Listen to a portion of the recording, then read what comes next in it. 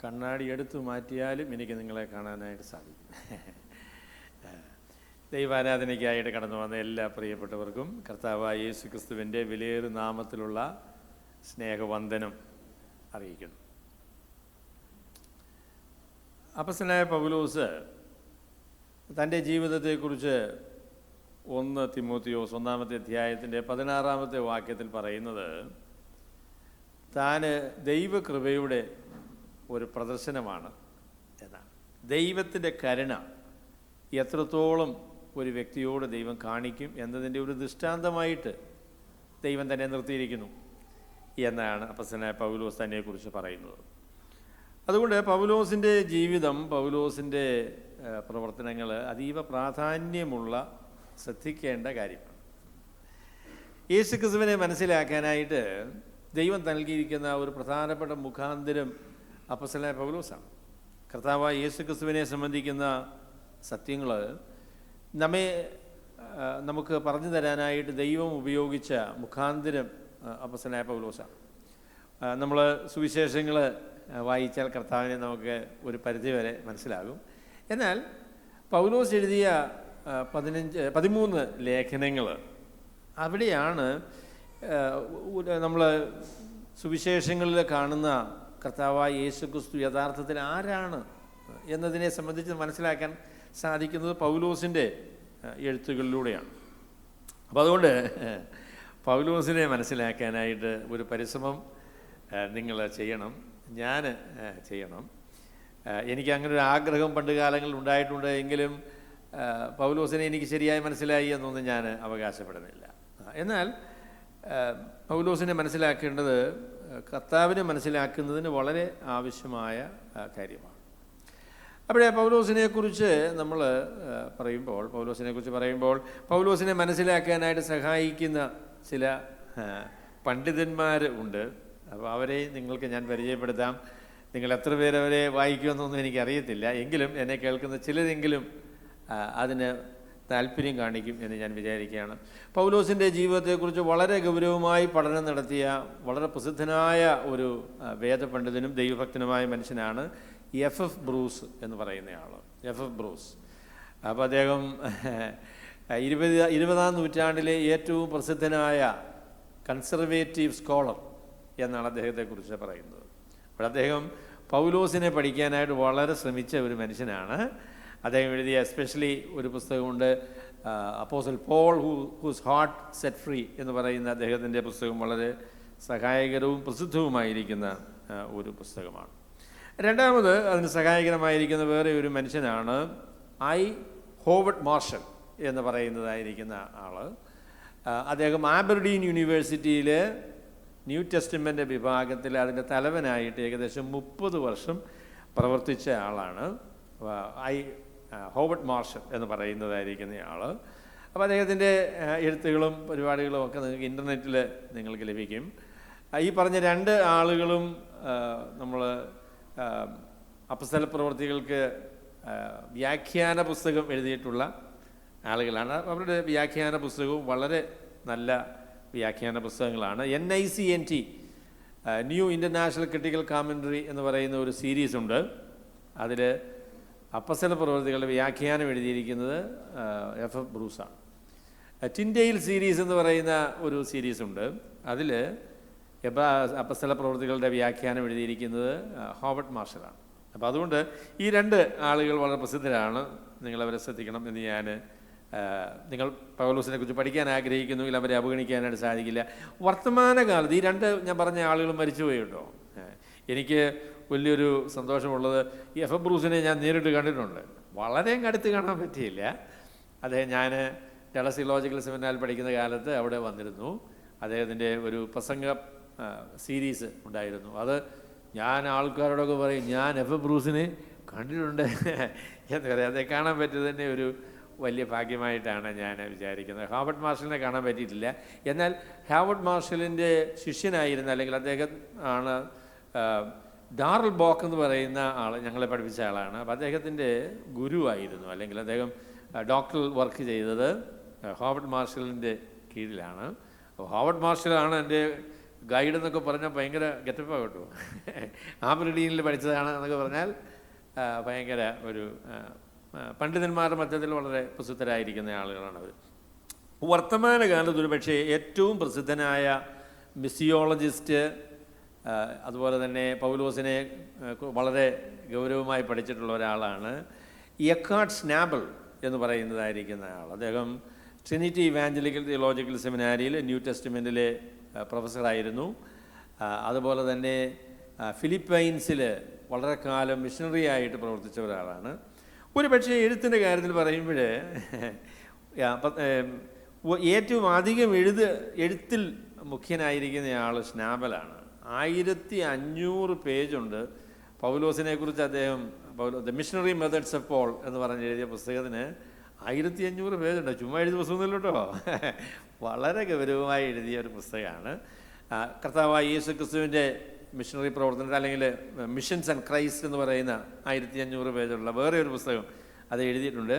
Paul the missionary എന്ന് പറഞ്ഞ് ഏകദേശം 1000 പേജുള്ള ഒരു പുസ്തകം അത് എഴുതിയിട്ടുണ്ട്. അതുപോലെ തന്നെ സോണ്ടർ വാൻ എക്സജറ്റിക്കൽ കാമൻട്രി സീരീസിൽ അപ്പോസ്തല പ്രവർത്തിക്ക് വ്യാഖ്യാനം എഴുതിയിരിക്കുന്നതും എക്കാർട്ട് സ്നാബലാണ്. അദ്ദേഹത്തിൻ്റെ ആ കമൻട്രിയും വളരെ പ്രസിദ്ധമായിരിക്കുന്ന കമൻട്രി. അപ്പോൾ ഈ ആളുകളെ നിങ്ങൾ ശ്രദ്ധിക്കണം. അപ്പോസ്തലനായ പൗലോസിനെ കുറിച്ച് പഠിക്കാനായിട്ട് ഈ ആളുകൾ നിങ്ങൾക്ക് വളരെ സഹായകരമായിരിക്കുമെന്നുള്ളൊരു മുഖവുരയോടുകൂടെ ഞാൻ ഈ വേദഭാഗത്തേക്ക് ഞാൻ വരാം. ഇന്നത്തെ നമ്മളുടെ പ്രസംഗത്തിൻ്റെ വിഷയമെന്ന് പറയുന്നത് അപ്പോസ്തലനായ പൗലോസിൻ്റെ ആദ്യകാല മിഷണറി പ്രവർത്തനങ്ങൾ എന്നതാണ്. അതിന് ഞാൻ കൊടുത്തിരിക്കുന്ന തലവാചകം ഈ മനുഷ്യൻ അതുതന്നെയാണോ എന്ന് ചോദിക്കുന്ന ഒരു ചോദ്യം അദ്ദേഹത്തെക്കുറിച്ചുള്ള വിശദീകരണത്തിൽ നമുക്ക് കാണാനായിട്ട് സാധിക്കും. അപ്പോൾ അതുകൊണ്ട് നിങ്ങൾ എന്നോടൊപ്പം പ്രവൃത്തികളുടെ പുസ്തകം അതിൻ്റെ 9-ാമത്തെ അധ്യായത്തിൻ്റെ 19 മുതലുള്ള വാക്യങ്ങളിലേക്ക് നിങ്ങൾ വരണം. 19 മുതൽ 30 വരെയുള്ള വാക്യങ്ങളാണ് ഞാൻ വായിക്കുന്നത്. 31-ാമത്തെ വാക്യം കൂടെ ഞാൻ ഉൾപ്പെടുത്തിയിട്ടുണ്ട്. എങ്കിലും 31-ാമത്തെ വാക്യത്തെക്കുറിച്ച് ഞാൻ ഒരുപാട് ഇന്ന് പറയുകയില്ല. അടുത്ത ആഴ്ചയിൽ ഞാനതിനെക്കുറിച്ച് പറഞ്ഞോളാം. അവിടെ പ്രവൃത്തികളുടെ പുസ്തകം അതിൻ്റെ 9-ാമത്തെ അധ്യായത്തിൻ്റെ 19 മുതലുള്ള വാക്യങ്ങൾ. അവൻ ദമസ്കോസിലുള്ള ശിഷ്യന്മാരോടുകൂടെ കുറേ നാൾ പാർത്തു. യേശു തന്നെ ദൈവപുത്രനെന്ന് പള്ളികളിൽ പ്രസംഗിച്ചു. കേട്ടവർ എല്ലാവരും വിസ്മയിച്ചു. യെരുശലേമിൽ ഈ നാമം വിളിച്ചപേക്ഷിക്കുന്നവർക്ക് നാശം ചെയ്തവൻ ഇവനല്ലയോ? ഇവിടെയും അവരെ പിടിച്ചുകെട്ടി മഹാപുരോഹിതന്മാരുടെ അടുക്കൽ കൊണ്ടുപോകുവാനല്ലയോ വന്നത് എന്ന് പറഞ്ഞു. ശൗലോ മേൽക്കുമേൽ ശക്തി പ്രാപിച്ചു. യേശു തന്നെ ക്രിസ്തു എന്ന് തെളിയിച്ച് ദമസ്കോസിൽ പാർക്കുന്ന യഹൂദന്മാരെ മിണ്ടാതാക്കി. കുറേ നാൾ കഴിഞ്ഞപ്പോൾ യഹൂദന്മാർ അവനെ കൊല്ലുവാൻ ആലോചിച്ചു. ശൗൽ അവരുടെ കൂട്ടുകെട്ട് അറിഞ്ഞു. അവനെ കൊല്ലുവാൻ അവർ രാവും പകലും നഗരഗോപുരങ്ങളിൽ കാവൽ വെച്ചു. എന്നാൽ അവൻ്റെ ശിഷ്യന്മാർ രാത്രിയിൽ അവനെ ഒരു കൊട്ടയിലാക്കി മതിൽ വഴിയായി ഇറക്കിവിട്ടു. അവൻ യെരുശലേമിൽ എത്തിയാറെ ശിഷ്യന്മാരോട് ചേരുവാൻ ശ്രമിച്ചു. എന്നാൽ അവനൊരു ശിഷ്യനെന്ന് വിശ്വസിക്കാതെ എല്ലാവരും അവനെ പേടിച്ചു. ബർന്നബാസോ അവനെ കൂട്ടി അപ്പസ്തലന്മാരുടെ ഇടയ്ക്കിൽ കൊണ്ടുചെന്നു. അവൻ വഴിയിൽ വെച്ച കർത്താവിനെ കണ്ടതും കർത്താവ് അവനോട് സംസാരിച്ചതും ദമസ്കോസിൽ അവൻ യേശുവിൻ്റെ നാമത്തിൽ പ്രാഗൽഭ്യത്തോടെ പ്രസംഗിച്ചതും എല്ലാം അവരോട് വിവരിച്ച് പറഞ്ഞു. പിന്നെ അവൻ യെരുശലേമിൽ അവരുമായി പെരുമാറുകയും കർത്താവിൻ്റെ നാമത്തിൽ പ്രാഗൽഭ്യത്തോടെ പ്രസംഗിക്കുകയും ചെയ്തു പോന്നു. യവന ഭാഷക്കാരായ യഹൂദന്മാരോടും അവൻ സംഭാഷിച്ചു, തർക്കിച്ചു. അവരോ അവനെ കൊല്ലുവാൻ വട്ടം കൂട്ടി. സഹോദരന്മാർ അതറിഞ്ഞ് അവനെ കൈസരിയിലേക്ക് കൂട്ടിക്കൊണ്ടുപോയി അവിടെ നിന്ന് തർസൂസിലേക്ക് അയച്ചു. അങ്ങനെ യഹൂദ്യ, ശമരിയ, ഗലീല എന്നീ പ്രദേശങ്ങളിൽ ഒക്കെയും സഭയ്ക്ക് സമാധാനമുണ്ടായി. അത് ആത്മീക വർധന പ്രാപിച്ചും കർത്താവിനോടുള്ള ഭക്തിയിലും പരിശുദ്ധാത്മാവിൻ്റെ പ്രബോധനയിലും നടന്നും പെരുകിയും കൊണ്ട് ഇരുന്നു. അടിയങ്ങളെ വാത്സല്യമായി സ്നേഹിക്കുന്ന ഞങ്ങളുടെ വാഴ്ത്തപ്പെട്ട പിതാവേ, അവിടുത്തെ പുത്രനും ഞങ്ങളുടെ രക്ഷകനുമായ കർത്താവായ യേശു ക്രിസ്തുവിൻ്റെ നാമത്തിൽ അവിടുത്തെ വചനം മനസ്സിലാക്കുവാനും അത് ശ്രദ്ധിക്കുവാനും ഉൾക്കൊള്ളുവാനും അനുസരിക്കുവാനുമുള്ള കൃപ അവിടെ ഞങ്ങൾക്ക് തരണം എന്ന് ഞങ്ങൾ അങ്ങയോട് പ്രാർത്ഥിക്കുന്നു. കർത്താവായ യേശു ക്രിസ്തുവിൻ്റെ വിലയേറിയ നാമത്തിൽ തന്നെ. ഈ 11 വാക്യങ്ങൾ, അതായത് 19 മുതൽ 30 വരെയുള്ളതായ 11 വാക്യങ്ങൾ. അത് അപ്പോസ്തലനായ പൗലോസിൻ്റെ പ്രവർത്തനത്തിൻ്റെ 14 വർഷത്തെ പ്രവർത്തനത്തിൻ്റെ സംക്ഷിപ്ത പ്രസ്താവനയാണ്. അത് നിങ്ങൾ ഈ വാക്യങ്ങൾ വായിച്ചപ്പോൾ നിങ്ങൾ മനസ്സിലാക്കിയിട്ടുണ്ടാവില്ല. അപ്പോസ്തലനായ പൗലോസിൻ്റെ പ്രവർത്തനത്തിൻ്റെ 14 വർഷങ്ങളിലെ പ്രവർത്തനത്തിൻ്റെ ഒരു സംക്ഷിപ്ത പ്രസ്താവനയാണ് 19 മുതൽ 30 വരെയുള്ള വാക്യങ്ങൾ നമുക്ക് കാണാനായിട്ട് സാധിക്കുന്നു. നിങ്ങൾ അപ്പോസ്തല പ്രവൃത്തികൾ വേഗം നിങ്ങൾ വായിച്ചു വിടുകയാണ് എങ്കിൽ അപ്പോസ്തലനായ പൗലോസിൻ്റെ പ്രവർത്തനം എവിടെയാണ് തുടങ്ങുന്നത്? എവിടെയാണ്? അപ്പോസ്തല പ്രവൃത്തി 13-ാമത്തെ അധ്യായത്തിലാണ്, അല്ലേ? 13-ാമത്തെ അധ്യായത്തിലാണ് നമുക്ക് ശ്രദ്ധിക്കാൻ കഴിയുന്ന നിലയിൽ, വ്യക്തമായ നിലയിൽ അപ്പോസ്തലനായ പൗലോസിൻ്റെ പ്രവർത്തനം നമ്മൾ കാണുന്നത്. അതിനുശേഷമുള്ള പ്രവർത്തനങ്ങളെ നമ്മൾ പറയുന്നത് പൗലോസിൻ്റെ മിഷണറി യാത്രകൾ എന്നാണ് പറയുന്നത്. 13 മുതൽ 28 വരെയുള്ള അധ്യായങ്ങളിൽ അപ്പോസ്തലനായ പൗലോസിൻ്റെ 3 മിഷണറി യാത്രകളെക്കുറിച്ചും പിന്നെ തൻ്റെ റോമയിലേക്കുള്ള അന്ത്യ യാത്രയെക്കുറിച്ചും പറയുന്നുണ്ട്. അതാണ് അപ്പോസ്തല പ്രവർത്തികളിലെ വളരെ പ്രമുഖമായിരിക്കുന്ന ഒരു വിഷയം. അതാണ് അപ്പോസ്തല പ്രവർത്തികളിലെ ഏറ്റവും പ്രമുഖനായിരിക്കുന്ന ആൾ അപ്പോസ്തലനായ പൗലോസാണ്. അപ്പോസ്തല പ്രവർത്തികളിലെ ഏറ്റവും പ്രാധാന്യമുള്ള വ്യക്തി എന്ന് പറയുന്നത് പൗലോസാണ്. പത്രോസിനെ നമ്മൾ കാണുന്നുണ്ട് എങ്കിലും പത്രോസിനെക്കുറിച്ച് പറഞ്ഞതിനേക്കാളും ഒക്കെ അധികം ഉള്ള കാര്യങ്ങൾ പൗലോസിൻ്റെ പ്രവർത്തനത്തെക്കുറിച്ചാണ് പറഞ്ഞിട്ടുള്ളത്.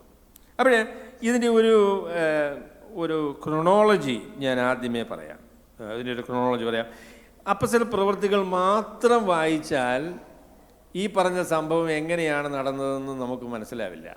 അതിന് ഗലാത്യ ലേഖനം, അപ്പോസ്തലനായ പൗലോസ് എഴുതിയ ഗലാത്യ ലേഖനം, പിന്നെ 2 കൊരിന്ത്യർ മുതലായിട്ടുള്ള ഭാഗങ്ങൾ വായിക്കുമ്പോഴാണ് ഈ പറഞ്ഞ കാര്യങ്ങൾ എങ്ങനെയാണ് സംഭവിച്ചത് എന്നതിനെക്കുറിച്ചുള്ള കൂടുതൽ വിവരം നമുക്ക് ലഭിക്കുന്നത്. അപ്പോൾ അതിനെയെല്ലാം കൂടെ നമ്മൾ ഒരുമിച്ച് ചേർക്കുമ്പോൾ നമുക്കറിയാം അപ്പോസ്തലനായ പൗലോസിൻ്റെ ഡമസ്കോസ് എന്ന് പറയുന്ന സ്ഥലത്തുള്ള പ്രവർത്തനം. ഡമസ്കോസ് എന്ന് പറയുമ്പോൾ അവിടെ മാത്രമല്ല, അതിന് കിഴക്കോട്ട് പോയാൽ ഉള്ള പ്രദേശങ്ങളെ അറേബ്യ എന്നാണ് പറയുന്നത്. ആ പ്രദേശങ്ങളിലുള്ള പ്രവർത്തനം എല്ലാം കൂടെയാണ് ഇവിടെ ആദ്യ ഭാഗത്ത് ലൂക്കോസ് പറയുന്ന ഈ ഡമസ്കോസിലെ പ്രവർത്തനം എന്ന് പറയുന്നത് 3 വർഷം നീണ്ടു നിന്ന പ്രവർത്തനമാണ്. 3 വർഷം. ആ കാര്യം 3 വർഷം എന്നുള്ള കാര്യം നമ്മൾ ഗലാത്യ ലേഖനം 1-ാമത്തെ അധ്യായത്തിൽ നിന്നാണ് മനസ്സിലാക്കുന്നത്. ഞാൻ 3 വർഷം അറേബ്യയിലേക്ക് പോയി എന്ന് പറയുന്ന പ്രസ്താവന അവിടെയുണ്ട്. അതിനുശേഷമാണ് അദ്ദേഹം യെരുശലേമിലേക്ക് വരുന്നത്. എനിക്ക് ചില ആളുകൾ ചോദിക്കുകയും ചെയ്തു കേട്ടോ, ഞാൻ വായിച്ച ചില പുസ്തകങ്ങൾ. അദ്ദേഹം പറഞ്ഞു, എന്തുകൊണ്ടാണ് പൗലോസ് പെട്ടെന്ന് യെരുശലേമിലേക്ക് വന്ന് എൻ്റെ പൊന്നു സഹോദരന്മാരെ ഞാൻ നിങ്ങളോട് ചെയ്തതൊക്കെ ഭയങ്കര അപരാധമായി പോയി, എന്നോട് ക്ഷമിക്കണമെന്നൊക്കെ പറയാഞ്ഞത്? എന്തിനാണ് 3 വർഷം അദ്ദേഹം വെയിറ്റ് ചെയ്തത് എന്നുള്ളൊരു ചോദ്യമുണ്ട്. അതിന് ഒരു ചെറിയ മറുപടി ഇവിടെ കിട്ടും. 3 വർഷം കഴിഞ്ഞ് വന്നിട്ടും പൗലോസിനെ കുറിച്ച് എന്താ പറയുക? യെരുശലേമിലുള്ളതായിരിക്കുന്ന വിശ്വാസികൾ പൗലോസിനെ ഭയപ്പെട്ടു. അവനൊരു ശിഷ്യനെന്ന് വിശ്വസിക്കാനായിട്ട് അവർക്ക് മനസ്സിലായിരുന്നു. 3 വർഷം കഴിഞ്ഞിട്ടാണ് ആദ്യമായിട്ട് താൻ യെരുശലേമിലേക്ക് വരുന്നത്. യെരുശലേമിലെ പ്രവർത്തനം ഒരുപാട് ദൈർഘ്യമുള്ള പ്രവർത്തനമായിരുന്നില്ല. ചില ആഴ്ചകൾ മാത്രം നീണ്ടു നിന്ന ഒരു പ്രവർത്തനമാണ് യെരുശലേമിൽ അദ്ദേഹം ചെയ്തത്.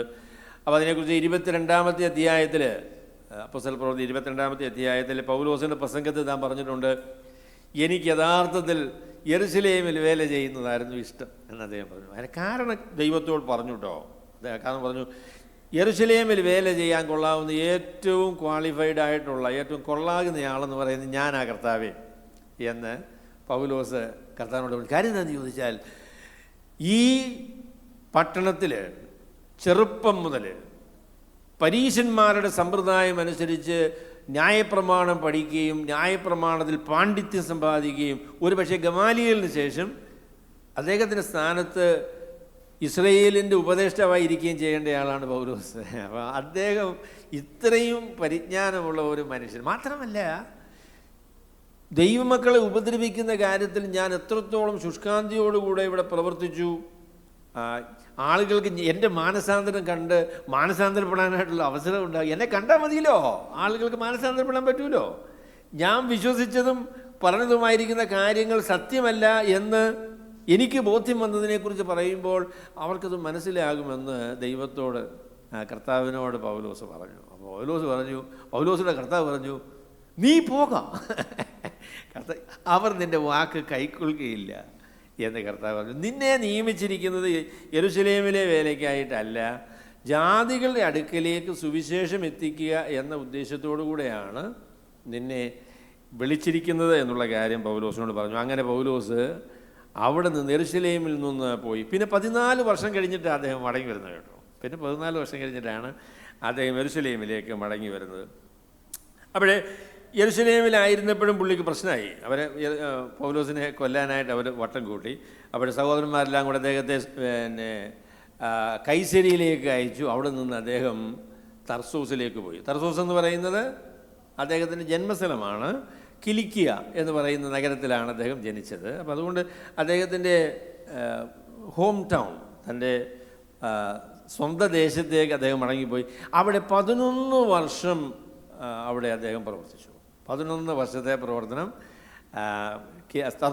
തർസോസിലാണ് പ്രവർത്തിച്ചത്. പിന്നെ നമ്മൾ 13-ാമത്തെ അധ്യായത്തിൽ ഒരു 14 വർഷങ്ങൾക്ക് ശേഷമാണ് നമ്മൾ പൗലോസിനെ കാണുന്നത്. അപ്പം ഈ ഏകദേശം 14 വർഷത്തെ പ്രവർത്തനത്തിൻ്റെ ഒരു സംക്ഷിപ്ത പ്രസ്താവനയാണ് ഈ 19 മുതൽ 30 വരെയുള്ള വാക്യങ്ങളിൽ പറഞ്ഞിരിക്കുന്നത്. അപ്പോൾ അതിൻ്റെ ഒരു ടൈം പറയുകയാണെങ്കിൽ അപ്പോസ്തലനായ പൗലോസിൻ്റെ മാനസാന്തരം AD 32 അല്ലെങ്കിൽ 33 ആ കാലഘട്ടത്തിലാണ്.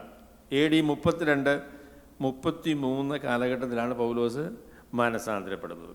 അതിനുശേഷം 3 വർഷം, അപ്പം 32 മുതൽ 35 വരെ അദ്ദേഹത്തിൻ്റെ പ്രവർത്തനം ദമസ്കോസ്, അറേബ്യ എന്ന പ്രദേശങ്ങളിലാണ്.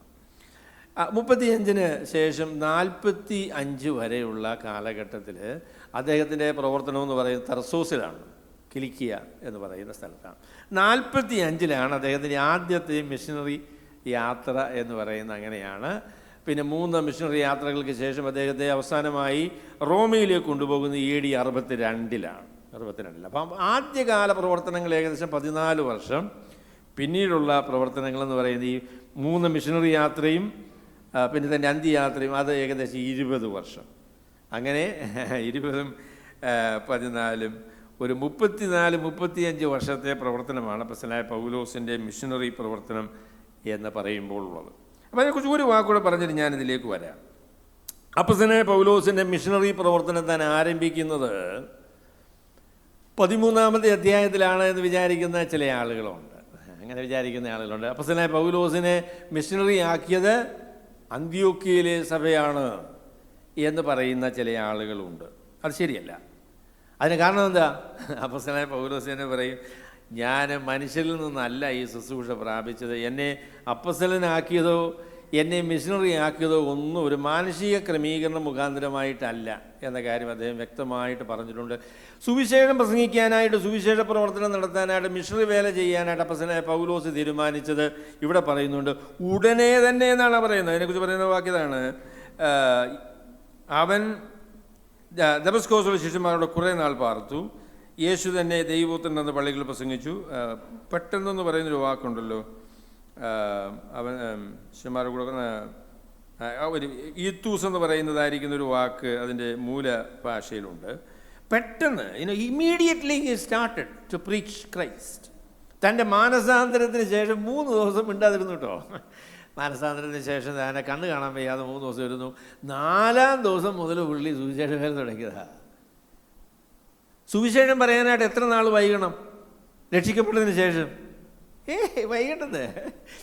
രക്ഷിക്കപ്പെട്ട ആളുകളോട് ഞാൻ പറയാൻ കേട്ടോ, നിങ്ങളുടെ മാനസാന്തരത്തെക്കുറിച്ച്, നിങ്ങളുടെ രക്ഷയെക്കുറിച്ച് നിങ്ങൾ മാനസാന്തരപ്പെട്ട സമയം മുതൽ തന്നെ പറയണം. ആ സമയമാണ് പറയാൻ ഏറ്റവും കൂടുതൽ ധൈര്യമുള്ള സമയം എന്ന് പറയുന്ന ആളാണ്. നിങ്ങൾ വൈകിക്കരുത്. ഉടനെ തന്നെ രക്ഷിക്കപ്പെട്ട ആളുകൾ അവരുടെ രക്ഷയെക്കുറിച്ചുള്ള സന്ദേശം, അവരെങ്ങനെയാണ് രക്ഷിക്കപ്പെട്ടതെന്നുള്ള കാര്യം രക്ഷിക്കപ്പെടുന്ന സമയം മുതൽ തന്നെ പറയാനായിട്ട് ബാധ്യതയുള്ള ആളുകളാണ്. അപ്പോസ്തലനായ പൗലോസ് അങ്ങനെ ചെയ്ത ആളാണ്. എന്നാൽ അപ്പോസ്തലനായ പൗലോസിൻ്റെ പ്രവർത്തനത്തിലെ ആദ്യത്തെ 14 വർഷങ്ങളിലെ പ്രവർത്തനങ്ങളെക്കുറിച്ച് വിശദമായി പറയുവാൻ ലൂക്കോസ് തീരുമാനിച്ചില്ല. ആദ്യത്തെ 14 വർഷങ്ങളിലെ പ്രവർത്തനങ്ങളെക്കുറിച്ച് വിശദമായിട്ട് പറയാനായിട്ട് അദ്ദേഹം മനസ്സ് വെച്ചില്ല. അന്ത്യോക്യയിൽ തുടങ്ങുന്ന ആ മിഷണറി പ്രവർത്തനത്തെക്കുറിച്ചാണ്, പൗലോസിൻ്റെ പ്രവർത്തനത്തെക്കുറിച്ചാണ് ലൂക്കോസ് കൂടുതൽ വിശദമായി പറയാനായിട്ട് മനസ്സ് വെച്ചത്, അങ്ങനെ തീരുമാനിച്ചത് അങ്ങനെയാണ്. അതിൻ്റെ വിശദാംശങ്ങളെക്കുറിച്ച് എനിക്കറിയില്ല, എന്തുകൊണ്ടാണ് അങ്ങനെ ലൂക്കോസ് തീരുമാനിച്ചത് എന്നെനിക്കറിയില്ല. അങ്ങനെയാണ് അദ്ദേഹം തീരുമാനിച്ചത്.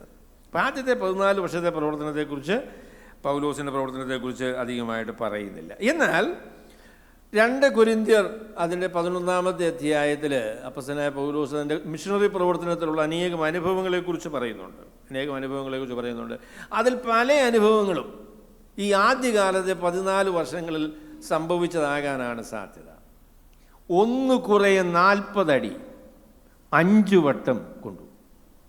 അത് പൗലോസിൻ്റെ 3 മിഷണറി യാത്രകൾ പരിശോധിച്ച് നോക്കിയാലും യഹൂദന്മാർ തന്നെ അങ്ങനെ ഉപദ്രവിച്ചതായിട്ട് അതിനുള്ളൊരു സൂചന നമ്മൾ കാണുന്നില്ല. ഇത് എപ്പോഴാണ് സംഭവിച്ചത്, ഇന്ന സമയത്താണെന്ന് ഞാനങ്ങനെ വ്യക്തമായി അങ്ങ് പറയുന്നില്ല. എങ്കിലും തൻ്റെ ആദ്യകാല പ്രവർത്തനം, കാരണം ആദ്യകാല പ്രവർത്തനങ്ങളിൽ താൻ യഹൂദന്മാരുമായിട്ട് കുറേയേറെ അടുത്ത് ഇടപഴകിയ ഒരു പ്രവർത്തനമായിരുന്നു. അപ്പോൾ അതുകൊണ്ട് ആ കാലങ്ങളിലായിരിക്കാം ഈ 1 കുറയെ 40 അടി 5 വട്ടം കൊണ്ടു എന്ന് പറയുന്നതായിരിക്കുന്ന പ്രസ്താവന. കോലുകൊണ്ട് അടിക്കപ്പെട്ടതിനെക്കുറിച്ച് അദ്ദേഹം പറയുന്നുണ്ട്. അത് പിന്നെ ഒരു പക്ഷേ തൻ്റെ 2ാമത്തെ വിശദീകരണത്തിൻ്റെ ഭാഗങ്ങളിലായിരിക്കാം. അപ്പോൾ അതുകൊണ്ട് തൻ്റെ പല അനുഭവങ്ങൾ താൻ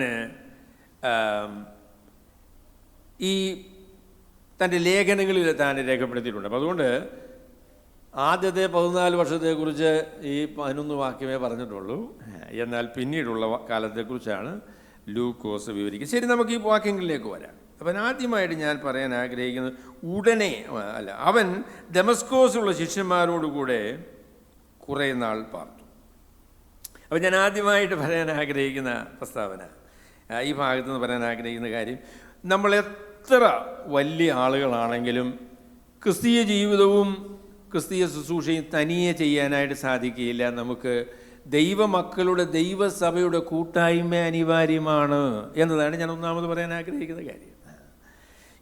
അപ്പോസ്തലനായ പൗലോസാണെങ്കിലും ശരി, പൗലോസാണെങ്കിലും കൊള്ളാം, പത്രോസാണെങ്കിലും കൊള്ളാം, എത്ര കൂടിയ ആളാണെങ്കിലും കൊള്ളാം, നമുക്ക് തന്നെ ഒരു ഒറ്റയാൻ പരിപാടിയല്ല ക്രിസ്തീയ ജീവിതം, ഒരു ഒറ്റയാൻ പരിപാടിയല്ല ക്രിസ്തീയ പ്രവർത്തനം. അപ്പോൾ അതാണ് ഞാൻ ആദ്യമായിട്ട് പറയാനായിട്ട് ആഗ്രഹിക്കുന്നത്. അപ്പോസ്തലനായ പൗലോസിന് ഒരു അനന്യാസിനെ അനിവാര്യമാണ്. അപ്പോസ്തലനായ പൗലോസിന് ഒരു അനന്യാസിനെ അനിവാര്യമാണ്.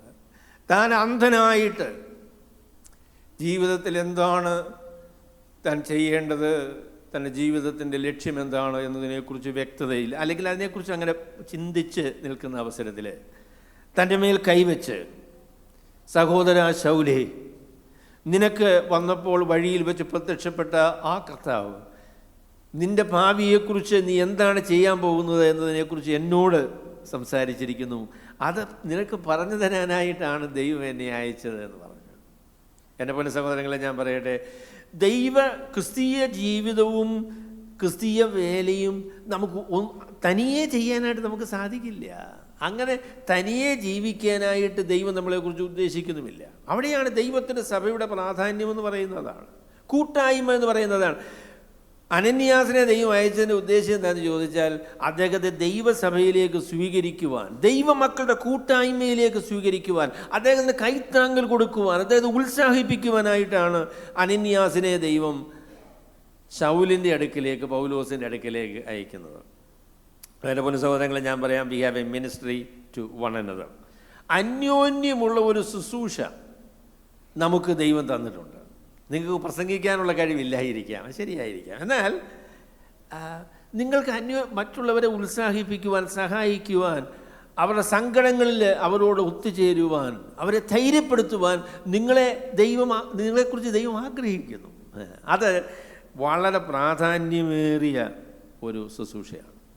ഒരാൾക്ക് സങ്കടമാണ് എങ്കിൽ ചിലപ്പോൾ വിളിച്ചാൽ എടുക്കുകയില്ലായിരിക്കും, എങ്കിലും ഞാൻ പറയുന്നത് you still need to call them and you need to encourage. അവർക്ക് വേണ്ടി പ്രാർത്ഥിക്കുന്നുണ്ട്, അവരെ ഓർക്കുന്നുണ്ട് എന്നുള്ള കാര്യം അവരോട് പറയണം.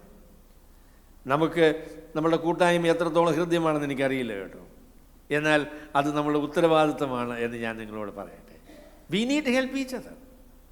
നമ്മളെ ഉണർത്തുവാൻ, നമ്മളെ സഹായിക്കുവാൻ, ധൈര്യപ്പെടുത്തുവാനായിട്ട് മറ്റ് സഹോദരങ്ങളുടെ കൂട്ടായ്മ അനിവാര്യമായ കാര്യമാണ്. സങ്കടപ്പെടുന്നവർക്ക്, ബുദ്ധിമുട്ട് അനുഭവിക്കുന്നവർക്ക്, ക്ഷീണിച്ചിരിക്കുന്നവർക്ക്, അല്ല ക്ഷീണമില്ലാത്തവർക്ക് എന്തെങ്കിലും കൊള്ളാം, പരസ്പര ഉത്സാഹം പകരുന്ന കൂട്ടായ്മയുടെ വലങ്കരം എന്നത് അതീവ പ്രാധാന്യമേറിയ കാര്യമാണ്.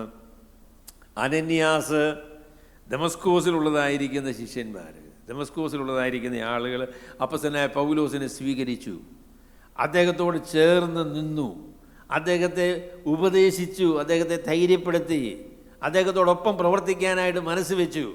അതാണ് നമുക്ക് ദമസ്കോസിലുള്ള ശിഷ്യന്മാരെക്കുറിച്ച് പറയുമ്പോൾ നമുക്ക് പറയാനായിട്ട് സാധിക്കും. അപ്പോൾ ഈ ദമസ്കോസിലുള്ള പ്രവർത്തനത്തെക്കുറിച്ച് അപ്പോസ്തലനായ പൗലോസ് പറയുന്നത് താൻ 3 വർഷം പ്രവർത്തിച്ചു എന്നാണ്. 3 വർഷം പ്രവർത്തിച്ചു. ദമസ്കോസിൽ മാത്രമല്ല, അദ്ദേഹത്തിന് നമ്മളതിന് കിഴക്കോട്ട് പോയാലുള്ള സ്ഥലമാണ് അറേബ്യ എന്ന് പറയുന്നതായിരിക്കുന്ന സ്ഥലം. അതിന് നാബറ്റിയൻ കിങ്ഡം എന്നാണ് പറഞ്ഞിരുന്നത്, നാബറ്റിയൻ കിങ്ഡം. അപ്പോൾ അതിലെ രാജാവായിരുന്നു അരേത രാജാവ് എന്ന് പറയുന്നയാൾ. അരറ്റസ് എന്നാണ് അദ്ദേഹത്തെക്കുറിച്ച് പറയുന്നത്. അരറ്റസ് എന്ന് പറയുന്നയാൾ ഈ നബേറ്റിയൻ കിങ്ഡത്തിൻ്റെ രാജാവാണ്. അപ്പോൾ അരേത രാജാവിനെ കുറിച്ച് നിങ്ങൾ കേട്ടിട്ടുണ്ടോ? ഉണ്ട്.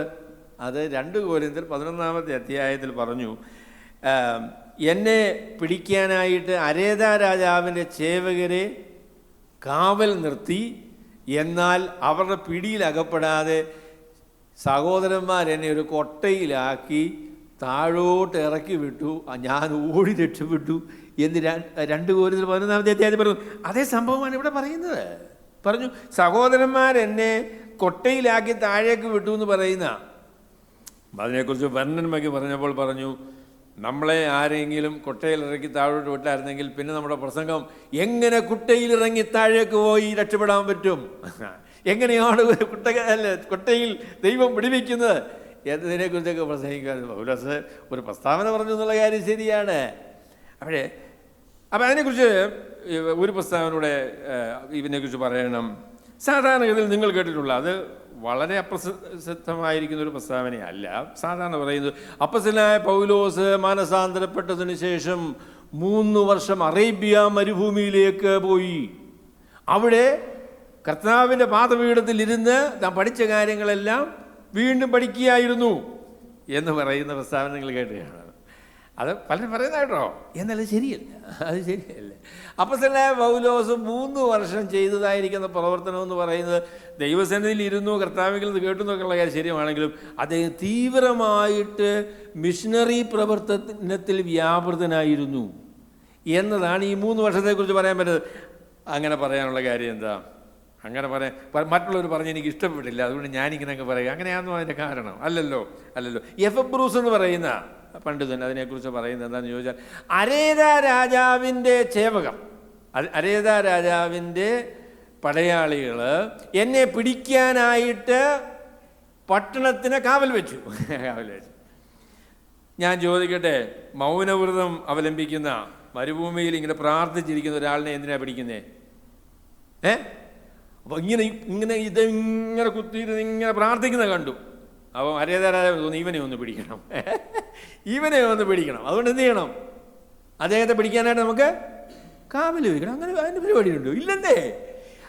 അരേത രാജാവിൻ്റെ ചേവകൻ ഇദ്ദേഹത്തെ പിടിക്കാനുള്ള കാരണം എന്താണെന്ന് ചോദിച്ചാൽ, ഇദ്ദേഹത്തിൻ്റെ പ്രവർത്തനം അദ്ദേഹത്തിൻ്റെ നാട്ടിൽ വലിയ വിപ്ലവമുണ്ടാക്കി. അവിടെ പ്രശ്നങ്ങളായി, ആളുകൾ പലരും വിശ്വസിച്ചവരുമായിട്ട് മറ്റുള്ളവർക്ക് വഴക്കായി, അവിടെ പ്രശ്നമായി. ആ അവസരത്തിൽ ആരാ കാരണക്കാരനെന്ന് ചോദിച്ചു.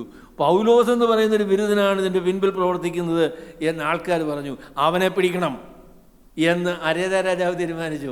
അങ്ങനെയാണ് അരേത രാജാവിൻ്റെ ചേവകർ അദ്ദേഹത്തെ പിടിക്കാനായിട്ട് കാവൽ നിൽക്കാനുള്ള കാരണം അതാണ്. അല്ലാതെ ധ്യാനിച്ച് മൗനവ്രതം ഇരിക്കുന്ന ഒരു മനുഷ്യനെ ഉപദ്രവിക്കാനായിട്ടും പിടിക്കാനായിട്ടും ആരും മനസ്സ് വയ്ക്കുകയില്ല. അദ്ദേഹം നിരുപദ്രവകാരിയായിരിക്കുന്നയാളാണ്. അപ്പോൾ അതിനെക്കുറിച്ച് ഞാൻ ഒരു കാര്യം പറയാം. അദ്ദേഹം ഒരു ആൾ ചോദിച്ചതാണ്, നമ്മളുടെ പ്രസംഗം കൊണ്ട് നമ്മളെ ആരും പിടിക്കാൻ വരുന്നില്ലല്ലോ, അതെന്താ അതിൻ്റെ കാര്യം? നമ്മളങ്ങനെ ഉപദ്രവമുള്ള സ്ഥലങ്ങളിലൊന്നും പ്രസംഗിക്കുന്നില്ല എന്നുള്ളതാണ് അതിൻ്റെ കാരണം. നമ്മളൊക്കെ സേഫ് പ്രീച്ചേഴ്സാണ്. കർത്താവിന് വേണ്ടി കഷ്ടം സഹിക്കുവാൻ, സത്യത്തിന് വേണ്ടി നിൽക്കുവാൻ, മനുഷ്യരോട് ധൈര്യമായി സുവിശേഷം പറയുവാൻ പലപ്പോഴും നമുക്ക് മനസ്സില്ല. അതുകൊണ്ട് അടിയും തല്ലുമൊക്കെ കുറവാണ് അല്ലേ? ശരിയായിട്ടൊക്കെ ഒന്ന് വേല ചെയ്താട്ടെ, അന്നേരം അറിയാം ഓടേണ്ടി വരും ചിലപ്പോഴേ. അതുകൊണ്ടാണ് പലപ്പോഴും നമ്മുടെ മിനിസ്ട്രി എന്ന് പറയുന്നത് സേഫ് കൈൻഡ് ഓഫ് മിനിസ്ട്രി അല്ലേ? ആരെയും നമ്മൾ don't rub people the wrong വേ, അങ്ങനെ മനുഷ്യർക്ക് ഉപദ്രവം ഉണ്ടാക്കുന്ന രീതിയിൽ വേല ചെയ്യണമെന്നൊന്നും ഞാൻ പറയുന്നില്ല. എന്നാൽ ധൈര്യപൂർവമായി മനുഷ്യരെ രക്ഷയ്ക്കായിട്ട് അവരോട് സത്യസന്ധമായി അവരുടെ പ്രശ്നങ്ങളെ ചൂണ്ടിക്കാണിച്ച് രക്ഷയ്ക്കുള്ള ഏകമാർഗം കർത്താവാണ് എന്ന് ബോധ്യപ്പെടുത്തിയാൽ, അതിനുവേണ്ടി നമ്മൾ ധൈര്യമായിട്ട് നിന്നാൽ ആളുകൾക്ക് ഇഷ്ടപ്പെടത്തില്ല, പ്രശ്നമാകും എന്നുള്ളത് ഈ ഭാഗത്ത് നമുക്ക് മനസ്സിലാക്കാനായിട്ട് സാധിക്കും. അപ്പോൾ ഈ 3 വർഷത്തെ പ്രവർത്തനം എന്ന് പറയുന്നത് ദമസ്കോസിൽ ഉള്ള പ്രവർത്തനം, അതൊരു വിശാലമായ പ്രവർത്തനമാണ് അപ്പോസ്തലനായ പൗലോസ് ചെയ്തത്. എന്നിട്ട് അവസാനം പറയുന്നുണ്ടല്ലോ, ഈ കൊട്ടയിൽ തന്നെ ഇറക്കി വിട്ടത് ആരാ? അവൻ്റെ ശിഷ്യന്മാർ. ചില ആളെന്ന് പറയും ഒരാഴ്ച ദമസ്കോസിലെ പ്രവർത്തനം ഒരാഴ്ച എന്നുള്ള ചിന്തയിലാണ് പലരും അതിനെ കാണുന്നത്. ഒരാഴ്ച കൊണ്ട് ശിഷ്യന്മാരെ ഉണ്ടാക്കിയെന്ന്. ഇല്ലെന്നേ, അത് 3 വർഷത്തെ പ്രവർത്തനത്തിൻ്റെ അവസാനം സംഭവിക്കുന്ന ഒരു കാര്യമാണ്. ആ നിലയിലാണ് തൻ്റെ ശിഷ്യന്മാർ എന്ന് അവിടെ ഈ വിശ്വാസികളെക്കുറിച്ച് പറയുന്നത്. അപ്പോൾ അതുകൊണ്ട് ദമസ്കോസിലും അതിൻ്റെ പ്രാന്ത പ്രദേശങ്ങൾ, ദമസ്കോസിനെ കുറിച്ച് പറഞ്ഞപ്പോൾ പറഞ്ഞ് ഏകദേശം നമ്പർ ഞാൻ എക്സാക്ട് ഓർക്കുന്നില്ല, 20,000 യഹൂദന്മാർ ദമസ്കോസിലുണ്ടായിരുന്നു എന്ന് പറഞ്ഞു. അത് 60 സിനഗോഗുകളാണ് എന്ന് തോന്നുന്നു. 60 സിനഗോഗുകളെന്നാണ് എൻ്റെ ഓർമ്മ. ഏതായാലും 20,000 എന്നുള്ള കണക്ക് ശരിയാണ്. സാലി സഹോദരി പറയും ചിലപ്പോൾ കണക്കിച്ചിട്ട് തെറ്റിച്ച് പറയും എന്നൊക്കെ എന്നോട് പറയും. എന്തായാലും ഞാനൊക്കെ ധൈര്യമായിട്ട് പറയുക, 20,000 യഹൂദന്മാർ ദമസ്കോസിൽ ഉണ്ടായിരുന്നു. 10-60 സിനഗോഗുകൾ ഉണ്ടായിരുന്നു. അപ്പം ഇഷ്ടം പോലെ പ്രവർത്തിക്കാൻ ഒരു പക്ഷേ ഇവിടെ വെച്ചായിരിക്കാം പല അവസരങ്ങൾ അവർ പിടിക്കുകയും തല്ലുകയും ഒക്കെ ചെയ്തത് ഈ പ്രവർത്തനത്തിൻ്റെ ഭാഗമായിട്ട് ആയിരിക്കാം. അതോ പിന്നെ തർസോസിലുള്ള പ്രവർത്തനത്തിലാണോ എന്നെനിക്കറിയില്ല. ഏതായാലും ശരി, തൻ്റെ ജീവിതത്തിലെ കഷ്ടങ്ങളുടെ ഒരു വലിയ അനുഭവം തൻ്റെ പ്രവർത്തനത്തിലുണ്ടായത് ഈ കാലഘട്ടങ്ങളിലാണ് എന്ന് വിചാരിക്കാനുള്ളതായിരിക്കുന്ന ന്യായമുണ്ട്. അപ്പോൾ ഒന്നാമത് ഞാൻ പറഞ്ഞ കാര്യം ഇതാണ്, നമുക്ക് ദൈവമക്കളുടെ സഹകരണവും ദൈവമക്കളുടെ കൂട്ടായ്മയും അനിവാര്യമാണ്. രണ്ടാമത് ഞാൻ പറയാൻ ആഗ്രഹിക്കുന്ന കാര്യം, നമ്മൾ വിശ്വസിക്കുന്ന കാര്യം, നമ്മൾ സത്യമാണ് എന്ന് അറിയുന്ന കാര്യം വിശ്വസിക്കുകയും അത് പ്രഘോഷിക്കുകയും ചെയ്യണം എന്നുള്ളതായിരിക്കുന്ന കാര്യമാണ് ഞാൻ പറയുന്നത്. അപ്പം നമ്മൾ സത്യമാണ് എന്ന് നമുക്ക് ബോധ്യം വന്നതായിരിക്കുന്ന കാര്യം അത് നമ്മൾ വിശ്വസിക്കുകയും അത് നമ്മൾ പ്രഘോഷിക്കുകയും ചെയ്യണം. അപ്പോൾ ഇവിടെ കേട്ടവർ എല്ലാവരും വിസ്മയിച്ചു. യെരുശലേമിൽ ഈ നാമം വിളിച്ചപേക്ഷിക്കുന്നവർക്ക് നാശം ചെയ്തവനല്ലയോ, ഇവിടെയും അവരെ പിടിച്ചു കെട്ടി മഹാപുരോഹിതന്മാരുടെ അടുക്കൽ കൊണ്ടുപോകാനല്ലയോ വന്നത് എന്ന് പറഞ്ഞു. അവിടെ അപ്പോസ്തലനായ പൗലോസിനെ കണ്ടവർക്ക് ഈ വിസ്മയിച്ചു എന്നുള്ളതാണ് അതിലെ ആദ്യത്തെ പ്രസ്താവനയുണ്ട്. 21-ാം വാക്യത്തിലെ ആദ്യത്തെ പ്രസ്താവന വിസ്മയിച്ചു എന്നുള്ളതാണ്. പൗലോസിൻ്റെ ജീവിതത്തെ നോക്കുമ്പോൾ ആശ്ചര്യം എന്ന് പറയുന്നതാണ് ഏറ്റവും പ്രധാനപ്പെട്ട ഒരു നമുക്ക് തോന്നുന്ന വികാരം എന്ന് പറയുന്നത്. എൻ്റെ പൊന്നെ, ഇതെന്തായി കാണുന്നത്, എന്താണ് ഞാൻ കേൾക്കുന്നത്? അതിന് കാരണം അത്രയ്ക്ക് വ്യക്തമായിരിക്കുന്ന ഒരു രൂപാന്തരമാണ് പൗലോസിൻ്റെ ജീവിതത്തിലുണ്ടായത്. സത്യം മനസ്സിലാക്കിയതായിരിക്കുന്ന പൗലോസ് അത് വിശ്വസിക്കുവാനും അത് പ്രഘോഷിക്കുവാനുമുള്ള ധൈര്യം, അതിനുള്ളതായിരിക്കുന്ന സമർപ്പണം കാണിച്ച ആളാണ്. ഇത് രക്ഷിക്കപ്പെടുന്നതിന് മുൻപുള്ളതായിരിക്കുന്ന കാര്യവും രക്ഷിക്കപ്പെടുന്ന ശേഷം എന്നുള്ള കാര്യവുമാണ് എന്ന് എനിക്കറിയാം. അപ്പോൾ അത് ശരിയാണ്. രക്ഷിക്കപ്പെടുന്നതിന് മുമ്പ് നമ്മൾ വിശ്വസിച്ച കാര്യങ്ങളെല്ലാം തെറ്റാണ്. രക്ഷിക്കപ്പെട്ടതിന് ശേഷം എല്ലാ കാര്യവും ഞാൻ പറയുന്നില്ലെങ്കിൽ പ്രമുഖമായിരിക്കുന്ന കാര്യങ്ങൾ തെറ്റാണ്. അപ്പോൾ അത് വിട്ട് കളഞ്ഞിട്ടാണ് നമ്മൾ വിശ്വാസം സ്വീകരിച്ചത്. ആ നിലയിൽ വിശ്വസിക്കാനായിട്ട് നമ്മൾ മനസ്സ് വെച്ചു. ഇനി ഞാൻ പറയാം, വിശ്വസിച്ചതിന് ശേഷവും സത്യങ്ങൾ കൂടുതൽ ഗ്രഹിക്കാനായിട്ടുണ്ട് കേട്ടോ. വിശ്വസിച്ചതിന് ശേഷവും സത്യങ്ങൾ നമുക്ക് കൂടുതൽ ഗ്രഹിക്കാനായിട്ടുണ്ട്. ഒരു കാര്യം സത്യമാണ് എന്ന് ബോധ്യം വന്നാൽ അത് സ്വീകരിക്കാനുള്ളതായിരിക്കുന്ന വിനയവും ധൈര്യവും ദൈവത്തിങ്കിൽ നിന്ന് നമ്മൾ പ്രാപിക്കണം. എൻ്റെ ജീവിതത്തെക്കുറിച്ച് ഞാൻ വലിയ ധൈര്യമുള്ള ആളാണെന്നൊന്നും അവകാശപ്പെടുകയില്ല. അല്ലെങ്കിൽ ഒരു കാര്യത്തിൽ എനിക്ക് ദൈവത്തോട് വളരെ നന്ദിയുണ്ട്. ഒരു കാര്യം എനിക്ക് അത് സത്യമല്ല എന്ന് ബോധ്യം വന്നാൽ അത് വിട്ടുകളയാനായിട്ട് ഉള്ള ഒരു കൃപ കർത്താവ് എനിക്ക് തന്നിട്ടുണ്ട്. ഞാൻ നിങ്ങളോട് പറഞ്ഞിട്ടുണ്ടല്ലോ, ഞാനൊരു പെന്തിക്കോസുകാരനായിരുന്നു കേട്ടോ. പെന്തിക്കോസുകാരനായിരുന്നു.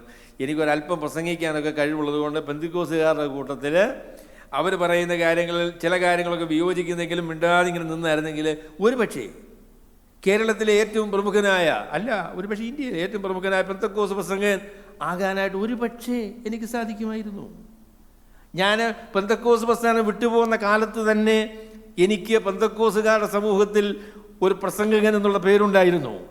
അത് നിലനിർത്തി പ്രമുഖനാകാനായിട്ട് ഒരു പക്ഷേ എനിക്ക് സാധിക്കുമായിരുന്നു. എന്നാൽ അവർ പറയുന്നത് സത്യമല്ല, പ്രമുഖമായ ചില കാര്യങ്ങൾ സത്യമല്ല എന്ന് എനിക്ക് ബോധ്യം വന്നപ്പോൾ അത് മറച്ചു വെച്ച് അവിടെ നിൽക്കാനായിട്ട് എനിക്ക് മനസ്സുണ്ടായില്ല. അതിനെ ഓർത്ത് ഞാൻ ദൈവത്തിന് നന്ദി പറയുന്നു. ഞാനത് വിട്ടു. പ്രസിദ്ധനായാലും കൊള്ളാം, ഇല്ലെങ്കിലും കൊള്ളാം, വിശ്വസിച്ച കാര്യം സത്യമായിരിക്കണം. സത്യമായ കാര്യം ബോധ്യപ്പെട്ടാൽ അത് വിശ്വസിക്കണം, അത് പറയണം, അതിന് ആരെയും പേടിക്കാൻ പാടില്ല എന്ന ഒരു കാര്യം അപ്പോസ്തലനായ പൗലോസിൻ്റെ മാതൃക ആ വിഷയത്തിൽ ഞാൻ നിങ്ങളോട് പറയാൻ ആഗ്രഹിക്കുന്നു. അതിനുള്ള ധൈര്യം ദൈവത്തിൻ്റെ കൃപയാൽ നമ്മൾ പ്രാപിക്കണം. അവർ രക്ഷിക്കപ്പെട്ടതിന് ശേഷം ഒരു സത്യം ബോധ്യം വന്നാൽ, ഞാനൊരു കാര്യം പറയാം, ഒരു പ്രസ്ഥാനത്തിൻ്റെ വളർച്ചയിൽ രണ്ട് കാര്യങ്ങൾ നമുക്ക് പറയാനായിട്ട് സാധിക്കും. ഒരു പ്രസ്ഥാനത്തിൻ്റെ വളർച്ച രണ്ട് കാര്യം പറയാം. ഒന്നാമത്, ആ പ്രസ്ഥാനത്തിൻ്റെ ആരംഭത്തിൽ സത്യങ്ങൾ കണ്ടെത്തുക എന്നതാണ് അതിൻ്റെ ഒരു ഒരു ഊന്നലെന്ന് പറയുന്നതാണ്. ഞങ്ങൾ ഇന്ന സത്യങ്ങളൊക്കെ കണ്ടെത്തിയിരിക്കുന്നു, അതാണ് ആദ്യകാലം. പിന്നെ രണ്ടാമത്തെ ഘട്ടം ഏതാണെന്നറിയാമോ? കണ്ടെത്തിയത് എന്ന് ഇവർ പറയുന്ന ഈ സത്യം അത് തെറ്റാണെന്ന് ബോധ്യം വന്നാലും അത് സത്യമാണെന്ന് തെളിയിക്കുക എന്നുള്ളതാണ് രണ്ടാമത്തെ ഘട്ടം. പ്രസ്ഥാനങ്ങളായി തീരുന്നു എന്ന് ഒരു മൂവ്മെൻറ്റിനെ കുറിച്ച് പറയുന്നത് എപ്പോഴാണെന്ന് ചോദിച്ചാൽ, അവർ സത്യാന്വേഷണം അവസാനിപ്പിച്ചു. അവർ കണ്ടെത്തിയ കാര്യങ്ങൾ സത്യമാണെന്ന് തെളിയിക്കുക, അല്ലെങ്കിൽ അത് സത്യമാണെന്ന് മറ്റുള്ളവരെ ബോധ്യപ്പെടുത്തുക എന്നുള്ള ശ്രമത്തിലേക്ക് അവർ മാറുക. അത് അപകടകരമായ ഒരു കാര്യമാണ്. ഞാൻ പറയാം, എല്ലാ കാലങ്ങളിലും നമ്മൾ പറയുന്ന കാര്യം സത്യം തന്നെയാണ് എന്ന് നമ്മൾ ഉറപ്പ് വരുത്തണം. അതിനെക്കുറിച്ചുള്ള അന്വേഷണം നമുക്ക് ഒരിക്കലും വിട്ടുകളയാനായിട്ട് സാധിക്കില്ല. അപ്പം ഒരു കാര്യം നമ്മൾ ഒരു കാലത്ത് വിശ്വസിച്ച് കുറച്ച് കഴിഞ്ഞപ്പോൾ കളഞ്ഞു, പിന്നെ വളരെ കളഞ്ഞു, അങ്ങനെ പോകുന്ന കാര്യത്തെക്കുറിച്ചല്ല ഞാൻ ഈ പറയുന്നത്. പിന്നെ നമുക്ക് അടിസ്ഥാനപരമായിരിക്കുന്ന കാര്യങ്ങൾ നമുക്ക് ഉറപ്പായി പറയാനായിട്ട് സാധിക്കും. എന്നാൽ സെക്കൻഡറി ആയിട്ടുള്ള പല കാര്യങ്ങളുണ്ട്. അതിനെക്കുറിച്ച് കൂടുതൽ പഠിക്കുമ്പോൾ അത് ശരിയല്ലല്ലോ, അങ്ങനെ പോയാൽ പറ്റില്ലല്ലോ എന്ന് തോന്നിയാൽ, അങ്ങനെ ബോധ്യപ്പെന്നാൽ അത് വേണ്ടെന്ന് പറയാനുള്ളതായിരിക്കുന്ന ധൈര്യം നമുക്ക് വേണ്ടേ? അപ്പോൾ അതിനെക്കുറിച്ച് ഫ്രാൻസിസ് ഷെയ്ഫർ പറഞ്ഞതുപോലെ, അസത്യത്തെ പിടിച്ചു നിർത്തേണ്ടതായിരിക്കുന്ന ഒരാവശ്യവും ദൈവമക്കൾക്കില്ല. വല്ല വിധേനയും ഈ പറഞ്ഞ കാര്യം നിലനിർത്തിക്കൊണ്ട് പോകണം. ഈ പ്രസ്ഥാനം നമുക്കൊന്ന് പിടിച്ചു നിർത്തണം. അതിനുവേണ്ടി നമുക്കൊരല്പം അസത്യം പറഞ്ഞാലും അത്രത്തോളം വ്യക്തതയില്ലെങ്കിലും നമുക്കതിനെക്കുറിച്ച് പറയാമെന്ന് അങ്ങനെ പറയാനുള്ളതായിരിക്കുന്നത് യാതൊരു ബാധ്യതയും ദൈവമക്കൾക്കില്ല. സത്യമാണ് എന്നൊരു കാര്യത്തെക്കുറിച്ച് ബോധ്യം വന്നാൽ അത് പറയാനുള്ളതായിരിക്കുന്ന ആർജവം ദൈവസന്നിധിയിൽ നിന്ന് നമ്മൾ പ്രാപിക്കണം. അതിന് വരുന്ന ബുദ്ധിമുട്ടും പ്രയാസങ്ങളും ഒക്കെ സഹിക്കാനുള്ള മനസ്സും നമുക്കുണ്ടാകണം എന്നാണ് ഞാൻ അതിനെക്കുറിച്ച് പറയാൻ ആഗ്രഹിക്കുന്നത്. പൗലോസിന് ദൈവത്തിൻ്റെ കൃപയാൽ ആ ധൈര്യം ഉണ്ടായിരുന്നു കേട്ടോ. നിങ്ങളൊന്ന് പറഞ്ഞു ഓർക്കെ, രണ്ടാഴ്ചയ്ക്ക് മുമ്പ് അല്ലെങ്കിൽ ഒരാഴ്ചയ്ക്ക് മുമ്പ് അപ്പോസ്തലനായ പൗലോസ് യേശുക്രിസ്തുവിനെ കുറിച്ച് എന്താ പറയുക? യേശുക്രിസ്തുവിനെ കുറിച്ച് പറയും, മരത്തിൽ തൂങ്ങിയ ഈ മനുഷ്യൻ ശാപഗ്രസ്തനാണ്, അദ്ദേഹത്തെ പിൻപറ്റുന്ന ആളുകൾ അവർ വഞ്ചിക്കപ്പെട്ടു പോയ ആളുകളാണ്, അവർ ദൈവത്തിൻ്റെ പരിപാടിക്കും എതിരാണെന്ന് പറഞ്ഞുകൊണ്ടിരുന്ന ആളാണ്. അദ്ദേഹത്തിന് അത് അങ്ങനെയല്ലെന്ന് ബോധ്യമായിട്ടോ. കർത്താവായ യേശുക്രിസ്തു അപ്പോസ്തലനായ പൗലോസിന് പ്രത്യക്ഷപ്പെട്ട് കഴിഞ്ഞപ്പോൾ യേശുക്രിസ്തു യഥാർത്ഥത്തിൽ ദൈവപുത്രനാണ്, യഥാർത്ഥത്തിൽ തേജസ്കരിക്കപ്പെട്ട ദൈവം മൗക്തീകരിച്ച ഉന്നതങ്ങളിലേക്ക് ഉയർത്തപ്പെട്ട കർത്താവാണ് എന്നുള്ള കാര്യത്തിൽ ബോധ്യമായി. കഴിഞ്ഞ ആഴ്ച ഞാൻ ഇങ്ങനെ പറഞ്ഞതാണെന്നല്ലോ, അതിനെതിരായിട്ട് എങ്ങനെയാണ് പറയുന്നത് അല്ലേ? ചില സഹോദരന്മാരെന്നോട് പറഞ്ഞിട്ടുണ്ട്, നമ്മൾ പറഞ്ഞു വന്നത് ഇങ്ങനെയാണല്ലോ, അതിന് എതിരായിട്ട് ഇനി എങ്ങനെയാ പറയുന്നത്? അത് ശരി, സത്യമല്ലെങ്കിൽ അതിനെ വിട്ടുകളയണം. അത് വരുത്തുന്നതായിരിക്കുന്ന ബുദ്ധിമുട്ടൊക്കെ നമുക്ക് വരട്ടെ. ആ ഒരു ധൈര്യമാണ് നമുക്ക് വേണ്ടത്. പൗലോസ് പറയുകയാണ്, യേശുക്രിസ്തുവിനെ സംബന്ധിച്ച് എനിക്കുണ്ടായിരുന്ന ധാരണകളെല്ലാം തെറ്റായിരുന്നു. ഞാൻ യേശുക്രിസ്തുവിനെ മനസ്സിലാക്കിയത് തെറ്റായിട്ടാണ് മനസ്സിലാക്കിയത്. കേട്ടവരെല്ലാവരും വിസ്മയിച്ചു. യെരുശലേമിൽ ഈ നാമം വിളിച്ചപേക്ഷിക്കുന്നവർക്ക്, അവിടെ ഞാൻ പറഞ്ഞല്ലോ, ക്രിസ്തീയ വിശ്വാസികൾക്ക് ക്രിസ്ത്യാനികൾ എന്നുള്ള പേര് പിന്നീടാണ് വന്നത് കേട്ടോ. ആദ്യമേ ഇതിൻ്റെ പേരെന്ത് വരുന്നു? മാർഗക്കാരെന്നാണ്. ദ വേ, വഴി, മാർഗക്കാരെന്നാണ് വിളിച്ചത്. രണ്ടാമത് അവരെ വിളിച്ചിരുന്ന കാര്യം ചോദിച്ചാൽ നാമം വിളിച്ചപേക്ഷിക്കുന്ന ആളുകൾ എന്നാണ്. The one who calls upon the name. കർത്താവായ യേശു ക്രിസ്തുവിൻ്റെ നാമം വിളിച്ചപേക്ഷിക്കുന്നവർ എന്നാണ് വിശ്വാസികളെക്കുറിച്ച് പറഞ്ഞത്. അതായത് യേശു ക്രിസ്തുവിൻ്റെ, കഴിഞ്ഞ ആഴ്ചയിൽ ആരാ പറഞ്ഞത് എനിക്കറിയില്ല, പറഞ്ഞല്ലോ യേശു ക്രിസ്തുവിൻ്റെ പേരിൽ പ്രാർത്ഥിക്കാനായിട്ട് ആരംഭിച്ചു. യേശു ക്രിസ്തുവിനോട് പ്രാർത്ഥിക്കുവാൻ, യേശു ക്രിസ്തുവിൻ്റെ നാമത്തിൽ പ്രാർത്ഥിക്കുവാനായിട്ട് ആളുകൾ തീരുമാനിച്ചു. ക്രിസ്തീയ വിശ്വാസികളുടെ പ്രത്യേകത എന്താണ്, യഹൂദന്മാരിൽ നിന്നവർക്കുള്ളതായിരിക്കുന്ന വ്യത്യാസം എന്താണ് എന്ന് ആദ്യകാലത്ത് ചോദിച്ചാൽ അവർ പറയും യേശു ക്രിസ്തു രക്ഷകനാണെന്നുള്ള കാര്യം, യേശു ക്രിസ്തു മെസ്സിഹയാണ് എന്നുള്ള കാര്യം അവർക്കറിയാം. രണ്ടാമത് ഇവരുടെ പ്രാർത്ഥന എന്ന് പറയുന്നത് യേശു ക്രിസ്തുവിൻ്റെ നാമത്തിലാണ്, യേശു ക്രിസ്തുവിൻ്റെ മധ്യസ്ഥതയിലാണ് പ്രാർത്ഥന. എൻ്റെ പൊന്നു സഹോദരങ്ങളെ, ഞാൻ പറയട്ടെ, ദൈവം നമ്മുടെ പ്രാർത്ഥനകളെ കേൾക്കുന്നത് യേശുക്രിസ്തുവിൻ്റെ മധ്യസ്ഥതയിൽ നമ്മൾ പ്രാർത്ഥിക്കുന്നത് കൊണ്ടാണ്. യേശുക്രിസ്തുവിൻ്റെ നാമത്തിൽ, എൻ്റെ നാമത്തിൽ നിങ്ങൾ എന്തെങ്കിലും അപേക്ഷിപ്പീൻ, അത് പിതാവായ ദൈവം തൻ്റെ നാമത്തിൻ്റെ മഹത്വത്തിനായിട്ട് ചെയ്തു തരുമെന്നാണ് പറഞ്ഞത്. ഞാനത് ചോദിക്കട്ടെ, നമ്മളെക്കുറിച്ച് പറയുമ്പം ഇവരുടെ പ്രത്യേകത എന്തുവാ? ഇവർ യേശുക്രിസ്തുവിൻ്റെ പേരിൽ പ്രാർത്ഥിക്കുന്ന ആളുകളാണ്. അങ്ങനെ പറയുമോ നമ്മളെക്കുറിച്ച്? നമ്മളങ്ങനെ പ്രാർത്ഥിക്കുന്ന ആളുകളാണെന്നുള്ളൊരു പേര് നമുക്കില്ല കേട്ടോ. അത് നമുക്കൊരു സങ്കടമാണ്, അതൊരു സങ്കടമാണ്. നാം ദൈവത്തോട് വിളിച്ചപേക്ഷിക്കുന്ന, ദൈവത്തോട് കരയുന്ന, യേശുക്രിസ്തുവിൻ്റെ പേരിൽ ദൈവത്തോട് ചോദിക്കുന്ന ആളുകൾ എന്ന പേര് നമുക്ക് വേണം. ആ നിലയിൽ നമ്മൾ അറിയപ്പെടണം. ദൈവത്തിൻ്റെ യേശുക്രിസ്തുവിൻ്റെ നാമത്തിൽ പ്രാർത്ഥിക്കുന്ന ആളുകൾ ആണ്. യേശുവിൻ്റെ നാമം വിളിച്ചപേക്ഷിക്കുന്ന ഇവർക്ക് നാശം ചെയ്തവൻ ഇവനല്ലയോ എന്ന് ചോദിച്ചു. ഇവിടെയും അവരെ പിടിച്ചു കെട്ടി മഹാപുരോഹിതന്മാരുടെ അടുക്കൽ കൊണ്ടുപോകുവാനല്ലയോ വന്നത് എന്ന് പറഞ്ഞു. അവിടെ പൗലോസിൻ്റെ പ്രത്യേകതയെക്കുറിച്ച് ഒരു പ്രസംഗകൻ പറഞ്ഞതാകട്ടോ, എൻ്റെ സ്വന്തമല്ല. അദ്ദേഹം പറഞ്ഞു, ഒരു ഡോക്ടറുടെ അടുക്കൽ ചെന്നാൽ ആദ്യമേ നാക്ക് നീട്ടി കാണിക്കാൻ പറയും. ഇപ്പോഴേ എല്ലാവരും അങ്ങനെ ചെയ്യുമെന്ന് എനിക്കറിയില്ല. നാക്കൊന്ന് കാണട്ടെ. പിന്നെ അദ്ദേഹം ഈ നെഞ്ചത്തോട്ട് ഒരു സ്റ്റെതസ്കോപ്പൊക്കെ വെച്ച് ഹൃദയത്തിൻ്റെ ഇടിപ്പ് നോക്കും. അപ്പോൾ അദ്ദേഹം പറഞ്ഞു, ഈ പ്രസംഗം അദ്ദേഹം പറഞ്ഞു, രണ്ട് കാര്യമാണ് ഒരാൾ യഥാർത്ഥത്തിൽ വിശ്വാസിയാണോ എന്നറിയാൻ വേണ്ടി ഉള്ള തെളിവുകൾ. ഒന്ന്, നമുക്കറിയാവുന്ന എന്താ പറയുന്നത്, നാക്ക് നോക്കണം. വാട്ട് ആർ യു സേയിങ്, നിങ്ങളുടെ പ്രഘോഷണം എന്താണ് എന്ന് ശ്രദ്ധിക്കണം. രണ്ടാമത്, ഇതിൻ്റെ പിൻപിലുള്ളതായിരിക്കുന്ന ഹൃദയം, ആശയം എന്താണ് എന്ന് നമ്മൾ അറിയണം. ഹൃദയവും നാക്കും ശരിയാണ് എങ്കിൽ അവൻ ശരിയായിട്ടുള്ള വിശ്വാസിയാകും കേട്ടോ. പറയുന്നത് ശരിയാണ്, പറയുന്നത് സുവിശേഷമാണ്, വിശ്വസിക്കുന്നത് സുവിശേഷമാണ്, വിശ്വസിക്കുന്ന കർത്താവാണ്. അതിനനുസൃതമായ രീതിയിലുള്ള ജീവിതത്തിൻ്റെ വ്യതിയാനം ദൈവം അവൻ്റെ ജീവിതത്തിൽ വരുത്തിയിരിക്കുന്നു. പൗലോസിൻ്റെ പ്രത്യേകത എന്താ? പൗലോസിനെ കുറിച്ച് പറയാൻ സാധിക്കുന്നത്, അദ്ദേഹത്തിൻ്റെ സന്ദേശത്തിൻ്റെ പിൻപിൽ അദ്ദേഹത്തിൻ്റെ ജീവിതത്തിൻ്റെ അത്ഭുതകരമായിരിക്കുന്ന രൂപാന്തരം അതിൻ്റെ പിൻബലമായിരുന്നു. അപ്പോസ്തലനായ പൗലോസിൻ്റെ പ്രസംഗത്തിൻ്റെ പിൻപിൽ അത്ഭുതകരമായിരിക്കുന്ന രൂപാന്തരം അതിൻ്റെ പിൻബലം ആയിരുന്നു. അതാണ് പൗലോസിനെ കുറിച്ച് പറയാൻ വരുന്നത്. പൗലോസ് എത്ര കാലം താമസിക്കാനായിട്ടാണ് ദമസ്കോസിലേക്ക് വന്നത്? തൻ്റെ ബാഗിൽ, പാക്ക് ചെയ്ത ബാഗിൽ എത്ര ഷർട്ട് ഉണ്ടായിരുന്നു? എനിക്കറിയില്ല കേട്ടോ, നിങ്ങൾക്കും അറിയില്ലെന്ന് എനിക്കറിയാം. അതായത് ഒരാഴ്ച ഒരു രണ്ട് മൂന്നൊന്നും കാണുകയില്ല, 2 ഷർട്ടും കൊണ്ട് പുള്ളി വന്നേ കേട്ടോ. 3 വർഷം ജീവിക്കാനുള്ള പരിപാടി ഉണ്ടോ അവിടെ? ജീവിതം മാറി കേട്ടോ. എങ്ങനെയാ ജീവിക്കുന്നത്? അതൊന്നും ശ്രദ്ധിച്ചില്ല കേട്ടോ. ആര് പുലർത്തും അതൊന്നും നോക്കിയില്ല. ഇനി ധരിക്കാൻ വസ്ത്രമുണ്ടോ? ഒന്നും പ്രശ്നമില്ല. ദൈവത്തിൽ ആശ്രയിക്കുവാൻ, കർത്താവായ യേശു ക്രിസ്തുവിൽ ചാരുവാൻ, ദൈവത്തെ പ്രസാദിപ്പിക്കുവാനായിട്ട് തീരുമാനിച്ചൊരു ദൈവ മനുഷ്യനാണ് പൗലോസ്.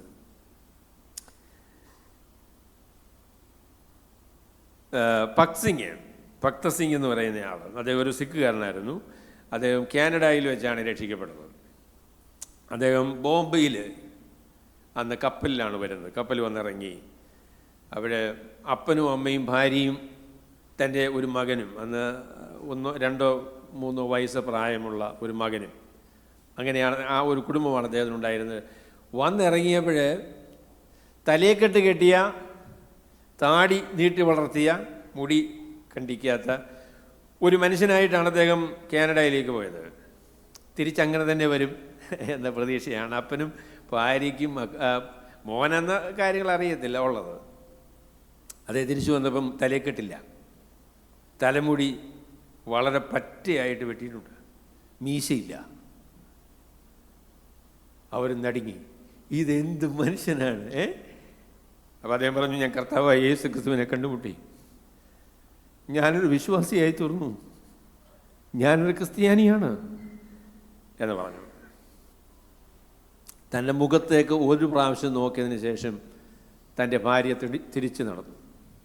പിന്നെ ഒരിക്കലും ആ സ്ത്രീയെ കാണാനായിട്ട് ഭക്തസിംഗിന് സാധിച്ചിട്ടില്ല. തൻ്റെ മകൻ, അവനാണ് ആ മകനെ വളർത്തിയത്, പ്രായമായതിനു ശേഷം അത് രക്ഷിക്കപ്പെട്ടോ എന്ന് എനിക്കറിയില്ല കേട്ടോ. അപ്പനും അമ്മയും തിരിഞ്ഞു നടന്നു കേട്ടോ, ആരും ഉണ്ടായിരുന്നില്ല. അദ്ദേഹം ബോംബെയിലെ തെരുവിൽ പബ്ലിക്ക് വെള്ളം കിട്ടുന്ന സ്ഥലത്ത് 2 കൈയും പിടിച്ച് ആ വെള്ളം കുടിച്ച് ദിവസങ്ങളോളം അവിടെ തെരുവിൽ അലഞ്ഞു നടന്നു. അങ്ങനെയാണ് ഭക്തസിംഗിൻ്റെ പ്രവർത്തനം ആരംഭിക്കുന്നത്. ഒരു പക്ഷേ ഇന്ന് അദ്ദേഹത്തിൻ്റെ സ്വാധീനത്തിൽ ആയിരക്കണക്കിന് സഭകൾ ആരംഭിച്ചിട്ടുണ്ട്. ആയിരക്കണക്കിന് സഭകൾ ഈ ഭക്തനായ മനുഷ്യൻ്റെ സ്വാധീനത്തിൽ തുടങ്ങിയിട്ടുണ്ട്. ആര് പുലർത്തും? എങ്ങനെ ജീവിക്കും? ഇതിന് പിൻബലം തരുന്നത് ആരാണ്? അതൊന്നും ചിന്തിച്ചില്ല. സ്വർഗത്തിലെ ദൈവം വിളിച്ചുവെങ്കിൽ അവൻ വിശ്വസ്തനാണ്, അവൻ പുലർത്തും, മതിയായവനാണ്. കഷ്ടമനുഭവിക്കുവാൻ ഒരു കാലത്തേക്ക് ദൈവം അനുവദിക്കുന്നുവെങ്കിൽ അതിന് മനസ്സ് വയ്ക്കും എന്ന തീരുമാനത്തോടുകൂടെ ഇറങ്ങിത്തിരിച്ച ദൈവഭക്തന്മാരെ ഓർത്ത് ദൈവത്തിന് നന്ദിയോടെ സ്തോത്രങ്ങൾ അർപ്പിക്കും.